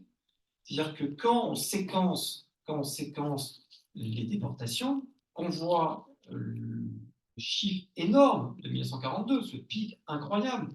25 000 juifs, juillet, septembre 42, 36 000 quand on prend l'ensemble, si vous voulez, des accords Robert-Bousquet. 36 000 juifs, il n'a pas ces chiffres-là. Et puis surtout, on n'a pas encore toutes ces informations qu'on a aujourd'hui sur le cynisme éhonté de Laval et de Bousquet, le journal de Paul Morand qui a été rendu public il y a quelques années. C'est accablant, accablant. On voit très bien que ce sont des individus, et je pourrais vous citer un exemple, une recherche récente que je suis en train de faire sur la réaction des autres membres du gouvernement de Vichy en 42 moments se prennent des décisions. Je peux vous dire que tout le monde n'est pas d'accord avec ce que fait Laval et Bousquet. Et vous avez même le directeur du cabinet civil de Pétain, André Laval, qui dit, noir sur blanc, dans son journal intime, alors évidemment après, il a changé d'avis parce qu'il va être solidaire, forcément, mais qui très clairement désigne Laval comme un homme qui accomplit un acte criminel déshonorant pour la France, qui rend la France complice. C'est pas Chirac qui fait un discours en 95, c'est le directeur du cabinet civil de Pétain. Donc, voilà, il y a là, je pense, un biais erroné, tenu à une idée reçue sur Pierre Laval, et Hilbert est un peu tombé dedans. Voilà, c'est avec tout le respect qu'on a pour Hilbert. Et alors, pourquoi tant de Juifs ont survécu en France? Prenons juste la comparaison avec les Pays-Bas. Vous avez raison de souligner. La vérité, c'est qu'en France, les Allemands n'ont pas pu imposer en 1940 ce qu'ils ont pu imposer dans d'autres pays. La ségrégation des Juifs, et là, le facteur religieux, je vais l'évoquer, mais pas la façon dont vous pourriez l'imaginer, mais de la façon juive. En France, les Juifs, ils sont assez peu religieux. Et ça, c'est quelque chose qui distingue de la situation des Juifs ailleurs. Ce qui a rendu assez facile, dans la plupart des pays européens, la constitution, par exemple, de conseils juifs. Il suffisait de prendre la main sur les instances religieuses. En France, ça ne peut pas marcher. Quand Dannecker, le responsable des affaires juives de la Gestapo, il arrive à Paris en 1940, il se dit, je vais aller au consistoire, et là, j'aurai la liste des Juifs. Seulement, vous avez peut-être 10%, même pas, des Juifs qui sont inscrits au consistoire. Laïque. Alors, quand Jacques Sévelin avance ce genre d'argument, on lui tombe un peu dessus en disant oui, c'est facile. Mais non, c'est vrai, c'est fondamental. En France, on ne sait pas qui est juif. En 40. C'est presque un cas unique en Europe. Aux Pays-Bas, en Allemagne, il y a les impôts religieux, on sait qui est juif avant même que la persécution commence. Par ailleurs, en France, les Allemands n'ont pas du tout pu créer des quartiers juifs. À Amsterdam, ils arrivent à créer un quartier juif. Peu de force, mais ils arrivent. En France, les Juifs restent à leur adresse d'avant-guerre. Fondamental, ça. C'est que vous restez avec vos voisins, vous restez avec un environnement qui n'est pas du tout le même. Et ça, c'est ça l'élément le plus important, qui explique pourquoi, en juillet 1942, vous faites une rafle à Amsterdam, les 3/4 des Juifs sont pris, et qu'en juillet 1942, vous faites une rafle à Paris, les 2/3 des Juifs qui échappent. Ça, c'est vraiment les facteurs les plus importants, qui expliquent pourquoi, au bout du compte, tant de Juifs ont survécu en France. Il y a des livres pour lesquels je pense qu'il y a cet aspect-là. L'État contre les Juifs, je fais toute une conclusion, je fais une comparaison. Et vraiment, vous verrez sur les Pays-Bas, parce que vous avez raison, la comparaison avec l'Italie n'est pas la plus pertinente. La comparaison la plus pertinente, elle demeure avec les Pays-Bas et la Belgique, parce que c'était dans les objectifs allemands, qu'il y a des politiques parallèles qui sont mises en œuvre. Puis la comparaison, elle est aussi pertinente avec des pays qui, comme la France, avaient une marge de souveraineté. Donc, la Hongrie, la Roumanie. Et là, qu'est-ce qu'on observe? On observe que ces États-là, qui se situaient dans l'orbite nazie, fait comme la France. C'est-à-dire qu'ils ont délibérément sacrifié leurs étrangers, de leur intérêt propre, antisémite, et les citoyens établis de longue date dans le pays, ils n'avaient pas trop envie de les livrer aux Allemands. Quel était l'intérêt de les livrer aux Allemands? Pourquoi on va s'embêter des gens qui sont là depuis toujours? Ils ont un statut de sous-citoyen, ça suffit. Vous voyez, donc tout ça permet des comparaisons. Effectivement, la comparaison avec le Danemark est un peu forcée, la comparaison avec l'Italie est un peu forcée, mais la comparaison avec les autres pays que je viens de vous citer, elle est pertinente, et elle montre que Vichy ne s'est pas placé, qu'il y a bien un moment 42, Vichy ne s'est absolument pas placé en situation de protéger les Juifs, qu'ils soient français ou autres, en 1942. Alors, avant de laisser la parole à monsieur, une autre question dans la, Monsieur aussi, ouais. dans la même logique, c'est est-ce que Bousquet et ses sbires avaient conscience que les arrestations allaient conduire à À la l'extermination? déportation. Alors, je renvoie là à des extraits du journal d'André Lavagne qui sont déjà connus, puisqu'ils ont été cités par l'historienne Bénédicte Vergès-Chaignon. Depuis, je les reprends. Le directeur du cabinet civil du maréchal Pétain, à la date du 23 juillet 1942, je cite toujours cet exemple, mais c'est parce qu'il s'est sorti récemment, c'est une chose qui est sortie récemment, il y a quelques années, grâce à Bénédicte Vergès-Chaignon. 23 juillet 1942, dans son journal, il dit « Les Juifs sont mis dans des convois, on ne leur donne pas d'eau ». Vous voyez qu'il même exagère la réalité juste sur l'eau. Et les Allemands verront à l'arrivée ce qu'il reste de vivants. Vous avez le directeur du cabinet civil qui écrit ça dans son journal. Vous avez là Bousquet, là aussi, ça c'est grâce au journal de Paul Morand rendu public, Bousquet qui se vante en août 1942 à la popote du gouvernement à Vichy, qui se dit « J'ai liquidé 13 000 Juifs, comme ça maintenant ceux qui restent se tiendront à carreau ».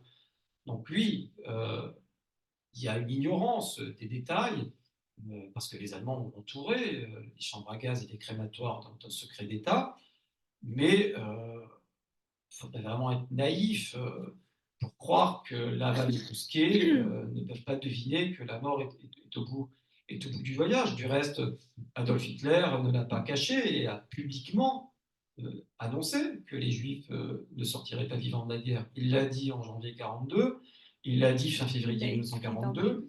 Ces propos ont été publiés en une de la presse parisienne. Les Juifs seront exterminés. Enfin, voilà, alors, évidemment, on n'est pas obligé de prendre au pied de la lettre ce que dit un dictateur dans une guerre, mais pour le moins, dans le cadre de la guerre, affréter des trains pour envoyer ces gens, c'est évidemment pour accomplir à leur égard des mesures de représailles terribles avec la mort au bout du compte. C'est le minimum.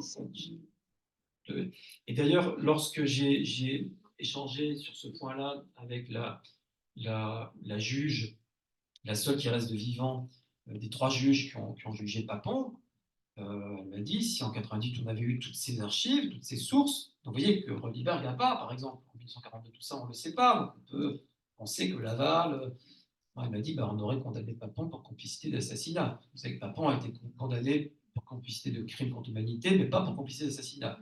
complicité d'arrestation et de séquestration arbitraire. Quand même le minimum du minimum. La complicité d'assassinat n'a pas été retenue. Donc voilà, donc non, il y a quand même voilà, un certain nombre d'éléments qui sont, je pense, assez parlants. Alors, je peux y aller? Oui, allez-y. Ça nous ramène à ce que disait Hannah Arendt, et c'est à l'historien que je m'adresse. Est-ce que vous considérez qu'elle a raison en parlant de banalité du mal, d'une part, et d'autre part, il y a une chose qui me concerne dans Bousquet, c'est qu'il a quand même eu des protections après la guerre. Et est-ce que vous considérez qu'avec la guerre froide, il a été, comme Barbie, récupéré par la CIA et Bousquet par les services secrets français, ce qui expliquerait pas mal de choses? Alors, très bonne question sur Hannah Arendt, qui est parfois mal lue, parce que la banalité du mal, c'est pas de dire Eichmann est un homme banal et exterminer les juifs au bout du compte est banal. C'est pas du tout ça l'idée d'Hannah Arendt. L'idée d'Hannah Arendt, elle s'applique parfaitement aux dirigeants français et à ceux qui ont exécuté. C'est-à-dire qu'elle considère que la banalité du mal, c'est quoi? C'est qu'on commet le mal parce qu'on est mu par des motifs qui, eux, sont banals, qui, eux, ne sont pas Bousquet, par exemple. Bousquet, lui, c'est d'abord et avant tout un carriériste.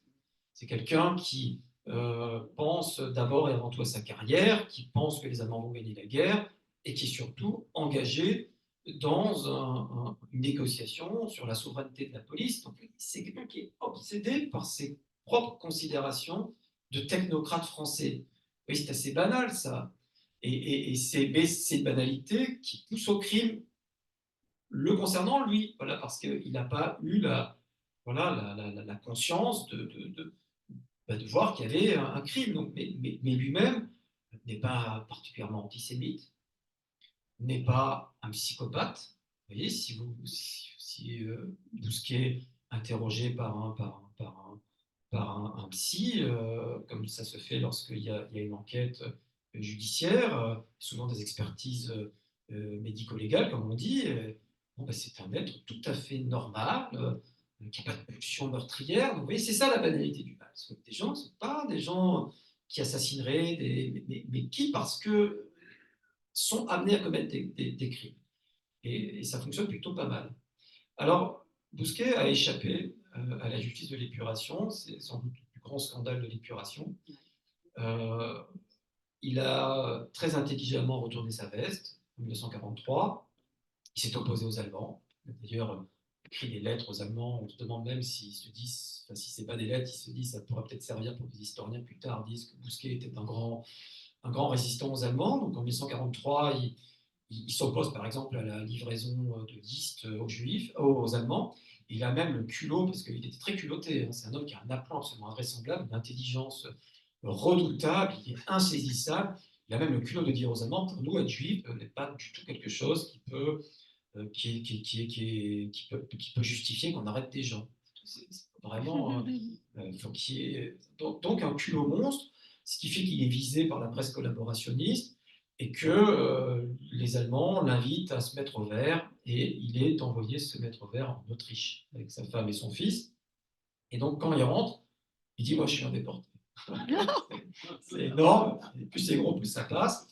Donc il est mis en prison. Il y a quand même à ce moment-là les communistes qui vraiment Bousquet condamné à mort, réfugié. Enfin, c'est le b.a.-ba pour Bousquet. Oublié Darnan, Pucheux, enfin, des gens qui ont même fait moins pire que lui, quoi. Lui, il est quand même à la tête de la police française de juin 42 à décembre 43. Sous son mandat, 60 000 juifs déportés, une répression anticommuniste féroce. Et, miracle, il arrive très intelligemment. D'ailleurs, il écrit à Pierre Laval, ils sont tous les deux en prison, ils sont presque proches, et il dit la bonne stratégie, c'est faire durer l'instruction. Faire durer. Donc, il arrive avec des avocats à faire durer l'instruction. Et puis ça dure. En 1948, il obtient même sa libération, on dit pour bonne conduite, et l'instruction continue. Il est libre. Et quand il est interrogé dans le chapitre des Juifs, il est libre. Et il se présente devant son juge, il n'a même pas ses avocats. type, il est tranquille, il est tellement sûr de lui. Et il mène son magistrat en bateau. Et il y a cette phrase, que j'ai citée dans un film que j'ai fait avec David Cornrosa sur la police, il y a cette phrase ahurissante où il dit quand je pouvais sauver les juifs étrangers, je l'ai fait. J'ai essayé de sauver le maximum de juifs étrangers. Quant aux juifs français, c'est à moi qui dois d'abord sauver leur vie, leur vie et leur bien. Ça passe crème. Pendant son procès, il n'est pas interrogé sur alors que là, le dossier. Il y a plein de preuves. Le dossier d'instruction, il est farci de preuves. Pas une question. Quand Robert Badinter a publié, quelques années avant sa mort, a publié le compte-rendu du procès, blanchir et acquitté, et très vite, effectivement, il se rend indispensable parce qu'il travaille pour la Banque d'Indochine, et en fait, tout ce que la France peut faire en Indochine, a un pouvoir qui est assez mystérieux, qui est assez redoutable, et puis il a des protections, parce que il a des amitiés au sein du Parti radical socialiste, qui reste encore puissant dans les années 50. Il a un frère qui est un grand avocat, donc ça permet d'éviter que dans des magazines, dans des reportages à la télévision, on évoque par exemple cette poignée de main avec Heydrich, vous voyez cette image qui va devenir connue. Et donc il y a vraiment des protections, ce qui fait qu'en 78, quand il y a cette interview de Darky Pellepoix dans l'Express, et que Pellepoix, à côté des ignominies qui balancent, l'hierarchie c'est Bousquet de A à Z. Là, tout le monde tombe des nues. Bousquet, il est dans tous les conseils d'administration où il y a des jetons de présence, où il y a des sous à se faire. Il est à UTA, qui est présidé par la Marie d'Antoine Veil, de Simone Veil, Antoine Veil. Antoine Veil tombe des nues. Bousquet, voilà, donc, c'est pas un Barbie, on est à un tout autre niveau là. C'est vraiment des protections, et voilà, qui est donc les amitiés avec les parents, tout ça, vous savez. Mais ouais, c'est ahurissant, ahurissant, et on peut vraiment dire qu'on a été privé d'un procès historique exemplaire, qui a assassiné Vichy en 1993, alors que l'instruction était proche d'être chose. Et voilà, donc on avait le procès de Papon à la place, mais c'est pas la même chose.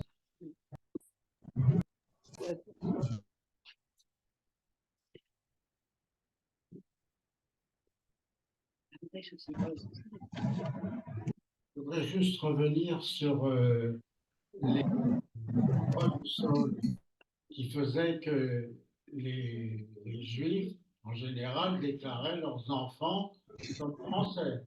Est-ce que ça a joué un rôle dans les déportations des familles?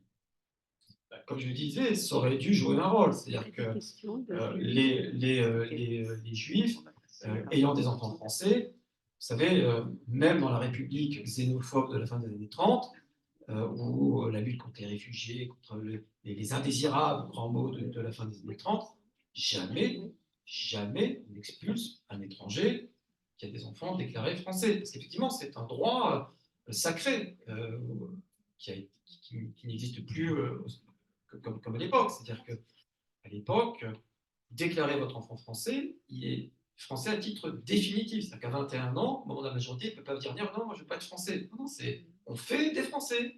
On fait des Français. Parce qu'il y a le service militaire. On était français par déclaration. Oui, mais c'était irrévocable. C'était à titre définitif selon le langage de l'administration. On voit sur ce que disait l'administration. Et donc c'était pas provisoire, c'était pas précaire, c'était pas vous êtes français sur le papier par déclaration. Non. Et ça, je reprends les termes de l'administration, parce que quand vous n'aviez pas déclaré votre enfant français, à la naissance, le droit du sol jouait quand même. C'est-à-dire qu'à 21 ans, vous deveniez français. Voilà. Donc vous n'étiez pas vraiment français, c'était entre guillemets optionnel. Et j'ai même trouvé, au moment quand j'ai travaillé sur l'organisation matérielle de la rafle du livre, des enfants de plus de 16 ans nés en France. Et alors qu'est-ce qui se passe quand ils sont autour de 21 ans et qu'ils n'ont pas été déclarés? Français ou pas? Et donc là, on a comme ça des gens qui ont pu ou pas échapper à la rafle du Veldiv. Voilà. Mais quand vous avez été déclaré, vous êtes français. Plus personne ne peut revenir dessus. Et même, je disais, Vichy n'a pas dénaturalisé ses enfants. Dernière question. Ah non, il y a encore Jacques et Marius. Ah bon, alors, avant-dernière question. Oui, ce que je voulais dire, c'est que j'habite Lyon et je suis allée aux archives municipales de Lyon, parce que je suis en train de faire un mémoire de une personne qui est juive, qui a été déportée, un rabbin. Et c'est dans le dossier, enfin, j'ai ouvert le dossier Xavier Vallat.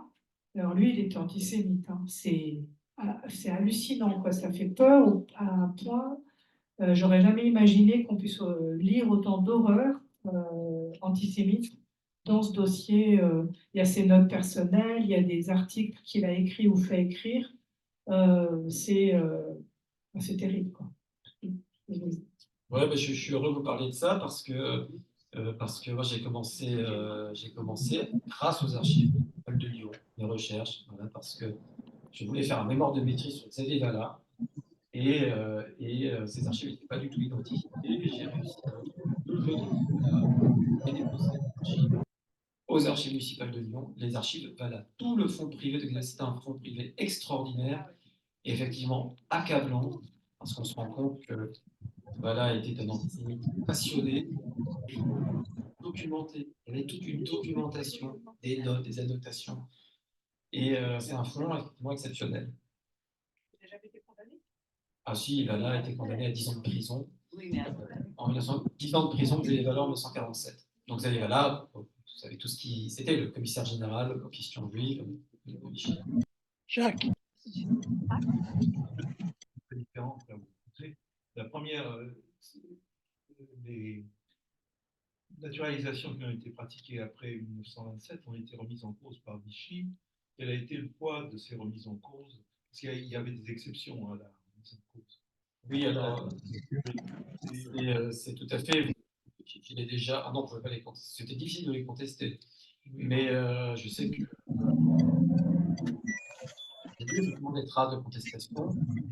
Et je n'ai pas vu de dossier, ça doit exister. J'en ai pas vu énormément. Je ne suis pas le spécialiste du sujet, c'est Claire Zalk. Mais avant elle avait travaillé beaucoup. Alors, en 2 mots, c'est d'ailleurs des premières mesures de Vichy, parce que Vichy, avant d'être antisémite, Vichy est xénophobe. Ça explique d'ailleurs pourquoi il a si facilement accepté de rentrer dans l'environnement de la solution finale. Dès juillet 40, Vichy adopte plusieurs lois xénophobes, c'est-à-dire qui visent les naturalisés. Donc les naturalisés ne peuvent plus être, donc ceux qui sont devenus français depuis la loi de 1927, ne peuvent plus être fonctionnaires, ne peuvent plus être médecins, ne peuvent plus être avocats. Donc ça, c'est des métiers qui n'ont pas été choisis au hasard. Hein. Médecin, avocat, vous visez un peu les juifs, mais sans le dire. Et puis surtout, on crée une commission de révision de toutes les naturalisations qui ont eu lieu depuis 1927. C'est une commission qui est composée de magistrats, des gens très honorables, hein, qui vont ouvrir chaque dossier, donc ça prend du temps, et qui vont émettre des avis.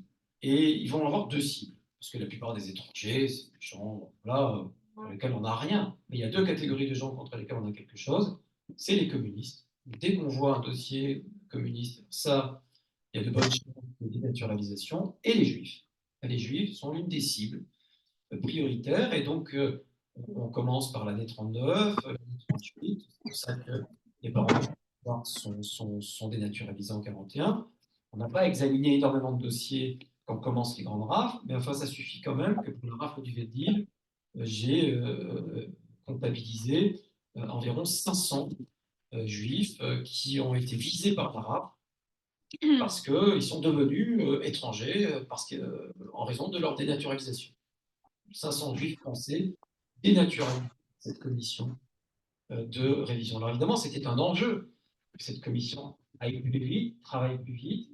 Donc l'idée, c'était de la contourner et de faire un loi qui dénaturaliserait immédiatement, automatiquement, tous les juifs devenus français. Vichy n'a pas y adopté cette loi en juin 1943, dans cette conservation. Et puis finalement, les Allemands ont été assez peu stratèges sur ce coup-là. Ils ont dit on va attendre de préparer la rafle avant de la publier au journal officiel. Et puis, manque de bol, il y a la situation de la guerre qui évolue, l'Italie, l'armée italienne se retourne et Laval, en juillet-août 1943, refuse l'unification de cette ville. Et donc, les Juifs, vous voyez, votre père n'a pas été comme ça dénaturalisé parce que Vichy a renoncé. Vichy a su dire non à un moment donné, ayant conscience qu'il était déjà allé très très loin et qu'il n'y avait aucune raison, les Allemands perdant sans doute la guerre, de se promettre davantage. Donc, qu'est-ce qu'on a fait? On a demandé à cette commission d'accélérer un peu les choses. Ils ont un peu accéléré les choses. Et au bout du compte, vous savez que environ 7000 juifs qui ont été dénaturalisés. Pas plus, entre 6500 et 7000, on n'a pas les chiffres exacts. Vous voyez que c'est quand même considérable. Et parmi eux, un total de 1000 juifs. Ça, c'est Bernard Laguerre qui avait pu établir ce chiffre, cette estimation qui reste valable. Environ 1000 juifs français dénaturalisés ont été déportés à cause de leur dénaturalisation, c'est-à-dire qu'ils ont été raflés comme étrangers. Alors la deuxième question, c'était à propos d'un personnage contemporain. Zemmour, que nous évoquions tout à l'heure, s'appuie lui-même sur les travaux de quelqu'un qui présente comme un historien, mais je pense que c'est contestable, un dénommé Alain Michel. Qu'est-ce que vous pensez de ce personnage? Alors, moi, je ne dirais pas qu'Alain Michel n'est pas un historien. C'est un historien, mais c'est un mauvais historien. Vous voyez, comme parfois vous allez chez un docteur. Moi, je connais un médecin que j'aime beaucoup, mais qui n'était pas fait pour être médecin, qui était fait pour être artiste. Vous savez, parfois, les mamans juives, elles veulent absolument que leur fils soit. Et il n'a aucun son diagnostic, c'est son drame. Vous allez chez lui, si vous avez un chien, il va penser que vous avez un virus. Bref, vous avez des mauvais historiens. Et Alain Michel, c'est un mauvais historien, qui n'a pas de bonne méthode, qui ne comprend pas. Et voilà, c'est tout. Il a fait un mauvais travail, qui n'est pas fondé sur des archives, qui est fondé sur des élucubrations statistiques, en plus erronées. Il fait un mauvais livre d'histoire, qui en plus de mauvaises actions au bout du compte, puisqu'évidemment, Zemmour, on peut dire ce qu'on veut de Zemmour, mais Zemmour, il a de l'intuition. Il sent l'air du temps. Et c'est ce qui fait son succès. Il a un air du temps populiste, raciste, donc lui, il se nourrit de ça. Et il a vu ce bouquin, il s'est jeté dessus. C'est merveilleux. Un historien juif, rabbin, qui dit que Laval a fait de son mieux pour sauver les juifs français et qu'en plus les résultats sont là, que les preuves statistiques sont là, c'est une pain béni. Voilà. Mais vous savez, il y a malgré tout, parce que je présentais un petit peu quand j'ai accablé un ami médecin, qui est un très bon médecin quand même, pas si mauvais que ça, il y a quand même des règles. Parce qu'en vérité, j'aurais dû dire que j'aurais dû comparer un médecin avec un charlatan. Vous savez, des charlatans. Alain Michel, c'est un charlatan, c'est-à-dire que ce qu'il fait ne passerait pas le cap d'une expertise, et d'ailleurs c'est le cas. Le jour où il envoie un article dans une revue, je ne citerai pas laquelle, il est retoqué. Mais historien, c'est aussi un métier. Avec des comités de lecture, avec des expertises aveugles par des pairs. Il ne fait pas ça. C'est un historien qui n'a pas de poste, qui ne se fait pas juger par ses pairs, ne soumet pas ce qu'il produit, et donc qui produit du mauvais travail. Voilà. Et qui est devenu un idiot utile de Zemmour. Voilà. Et qui ne fit que de ça, en fait. Un livre complètement anonyme, mais qui est. Voilà. C'est assez lamentable et c'est triste parce que c'est pas un mauvais homme, mais c'est quelqu'un qui voulait exister et qui s'imaginait que lui, tout seul, il allait pouvoir contredire 50 ans d'historiographie, Paxton, Klarsfeld, les travaux, Tal Friedman, tous ceux qui travaillent sérieusement depuis des années, lui, tout seul, il a la raison. Et ça, c'est ça qui signe un escroc. Quand vous avez quelqu'un qui vous dit il y a une doxa, mais moi, je vais vous dire la vérité, quel que soit le sujet, vous savez que vous avez affaire à quelqu'un qui n'est pas sérieux et qui est pour le moins un peu fou. Voilà. Je m'arrête là sur lui. Alors, il y a qui on prend les trois derniers, parce que sinon, on n'aura pas le temps de boire le verre de l'amitié. Allez, les trois derniers, vite fait. Vite fait. Alors, sans renier, dénier les analyses qui ont été faites précédemment sur les raisons pour lesquelles il y a eu plus de survivants ou moins de déportés, on a balayé très vite, tout à l'heure, vous avez balayé très vite le fait que certains juifs ne se sont pas déclarés. Moi, je dirais que quand même si numériquement, c'est pas un fait significatif numérique, il y a quand même toute une partie de juifs étrangers qui avaient une expérience politique en Europe de l'Est ou en Espagne, eux ici, et qui ne se sont pas déclarés comme juifs, qui sont peut-être pas officiellement rentrés dans la clandestinité en 41, mais qui quand même ont déjà pris des mesures pour échapper et qui ont pas tout compris. Ils ne le savaient pas non plus, mais ils avaient une conscience politique. Bien sûr. Et ces gens-là aussi, je pense qu'on ne peut pas négliger le rôle qu'ils ont eu. On en a parlé quand la nation MRJ, MOI a fait l'histoire de la section juive. Et ils ont eu aussi, au moment des rafles, ils ont pu intervenir auprès des familles. Il y a eu, bien sûr, la police et certains membres méritants de la police qui ont pu avoir une action très positive, mais aussi ces juifs conscients et politisés, communistes la plupart, et qui ont prévenu, qui ont aidé, qui ont été voir les familles, et ça a existé aussi. Ah ouais, je suis Voilà. totalement d'accord. Non, mais je voulais juste. Vous avez complètement raison. On n'en Vous avez a pas complètement parlé, raison. je voulais compléter. Et ça explique pourquoi, aussi. dès la première rafle en mai 43, quand on convoque essentiellement des juifs polonais entre 18 et 40 ans, c'est eux les principales cibles de la rafle du billet vert, 43% des gens n'y vont pas. C'est-à-dire que ça implique, alors même que vous êtes recensé depuis 40, ça implique de rentrer dans la clandestinité. Alors que vous êtes jeune, vous avez des femmes, des enfants très jeunes, donc oui, ça a été un facteur, et on voit, j'aurais pu vous montrer une carte, mais on voit que c'est dans les quartiers les plus politisés qu'il y a eu, au bout du compte, le plus de survie. La rafle du Veldiv, c'est spectaculaire. 27% des Juifs ont été arrêtés dans les arrondissements centraux, 3e, 4e, 11e. Alors, 20e, il est voilà, le 20e, il est, mais dans les arrondissements périphériques, et je suis obligé d'englober le 20e dans les arrondissements périphériques, parce que je donne une statistique globale, 36%. Et vous comparez les juifs du 18e arrondissement et les juifs du 11e, on a à peu près un chiffre à peu près équivalent. On voit que les juifs du 18e arrondissement, c'est plutôt des réfugiés russes, ils sont moins politisés que ceux dans le 11e, ils sont bien plus arrêtés, 43% des juifs. Donc c'est le facteur que vous évoquez, il est absolument central et décisif pour expliquer la survie. Les deux dernières. Allez-y, monsieur. Je voudrais donner deux très courtes informations pour contribuer au débat. Premièrement, moi, personnellement, mes parents m'ont déclaré français à ma naissance en 1936 à la mairie du 19e. Donc, ça corrobore ce que vous dites. Et deuxièmement, mes parents étaient juifs hongrois. Et le cas des juifs hongrois, jusqu'à présent, on n'en a pas parlé du tout parce qu'on est minoritaire par rapport aux Polonais, etc. Mais c'était spécial parce que mes parents, au départ, ne faisaient pas l'objet d'arrestations possibles parce que la Hongrie était alliée avec l'Allemagne. Et d'autre part, les biens des parents, quand même, ont fait l'objet d'un dossier d'arianisation. Vous savez ce que ça veut dire?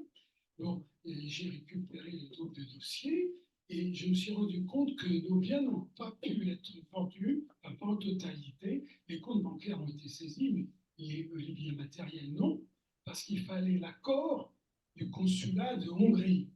Et le consulat de Hongrie, il mettait des bâtons dans les roues, il ne voulait pas, il s'abstenait, il n'y a pas des yeux. Donc la police parisienne était bloquée par le consulat de Hongrie.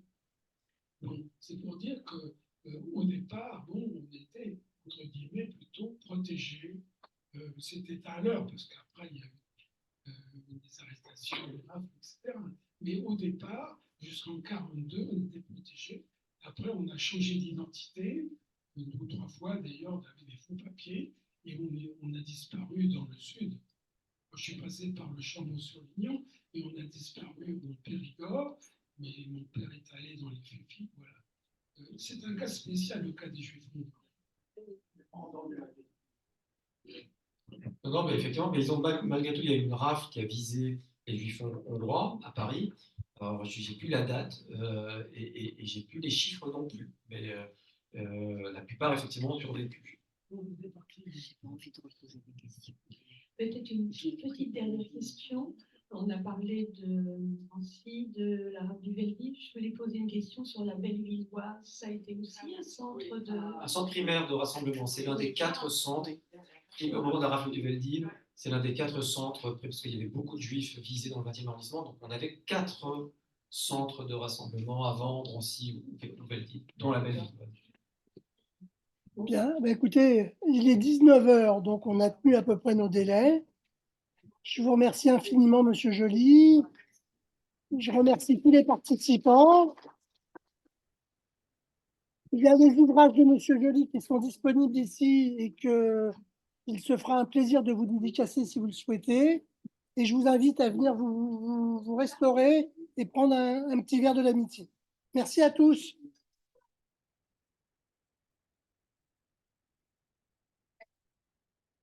C'est la caméra.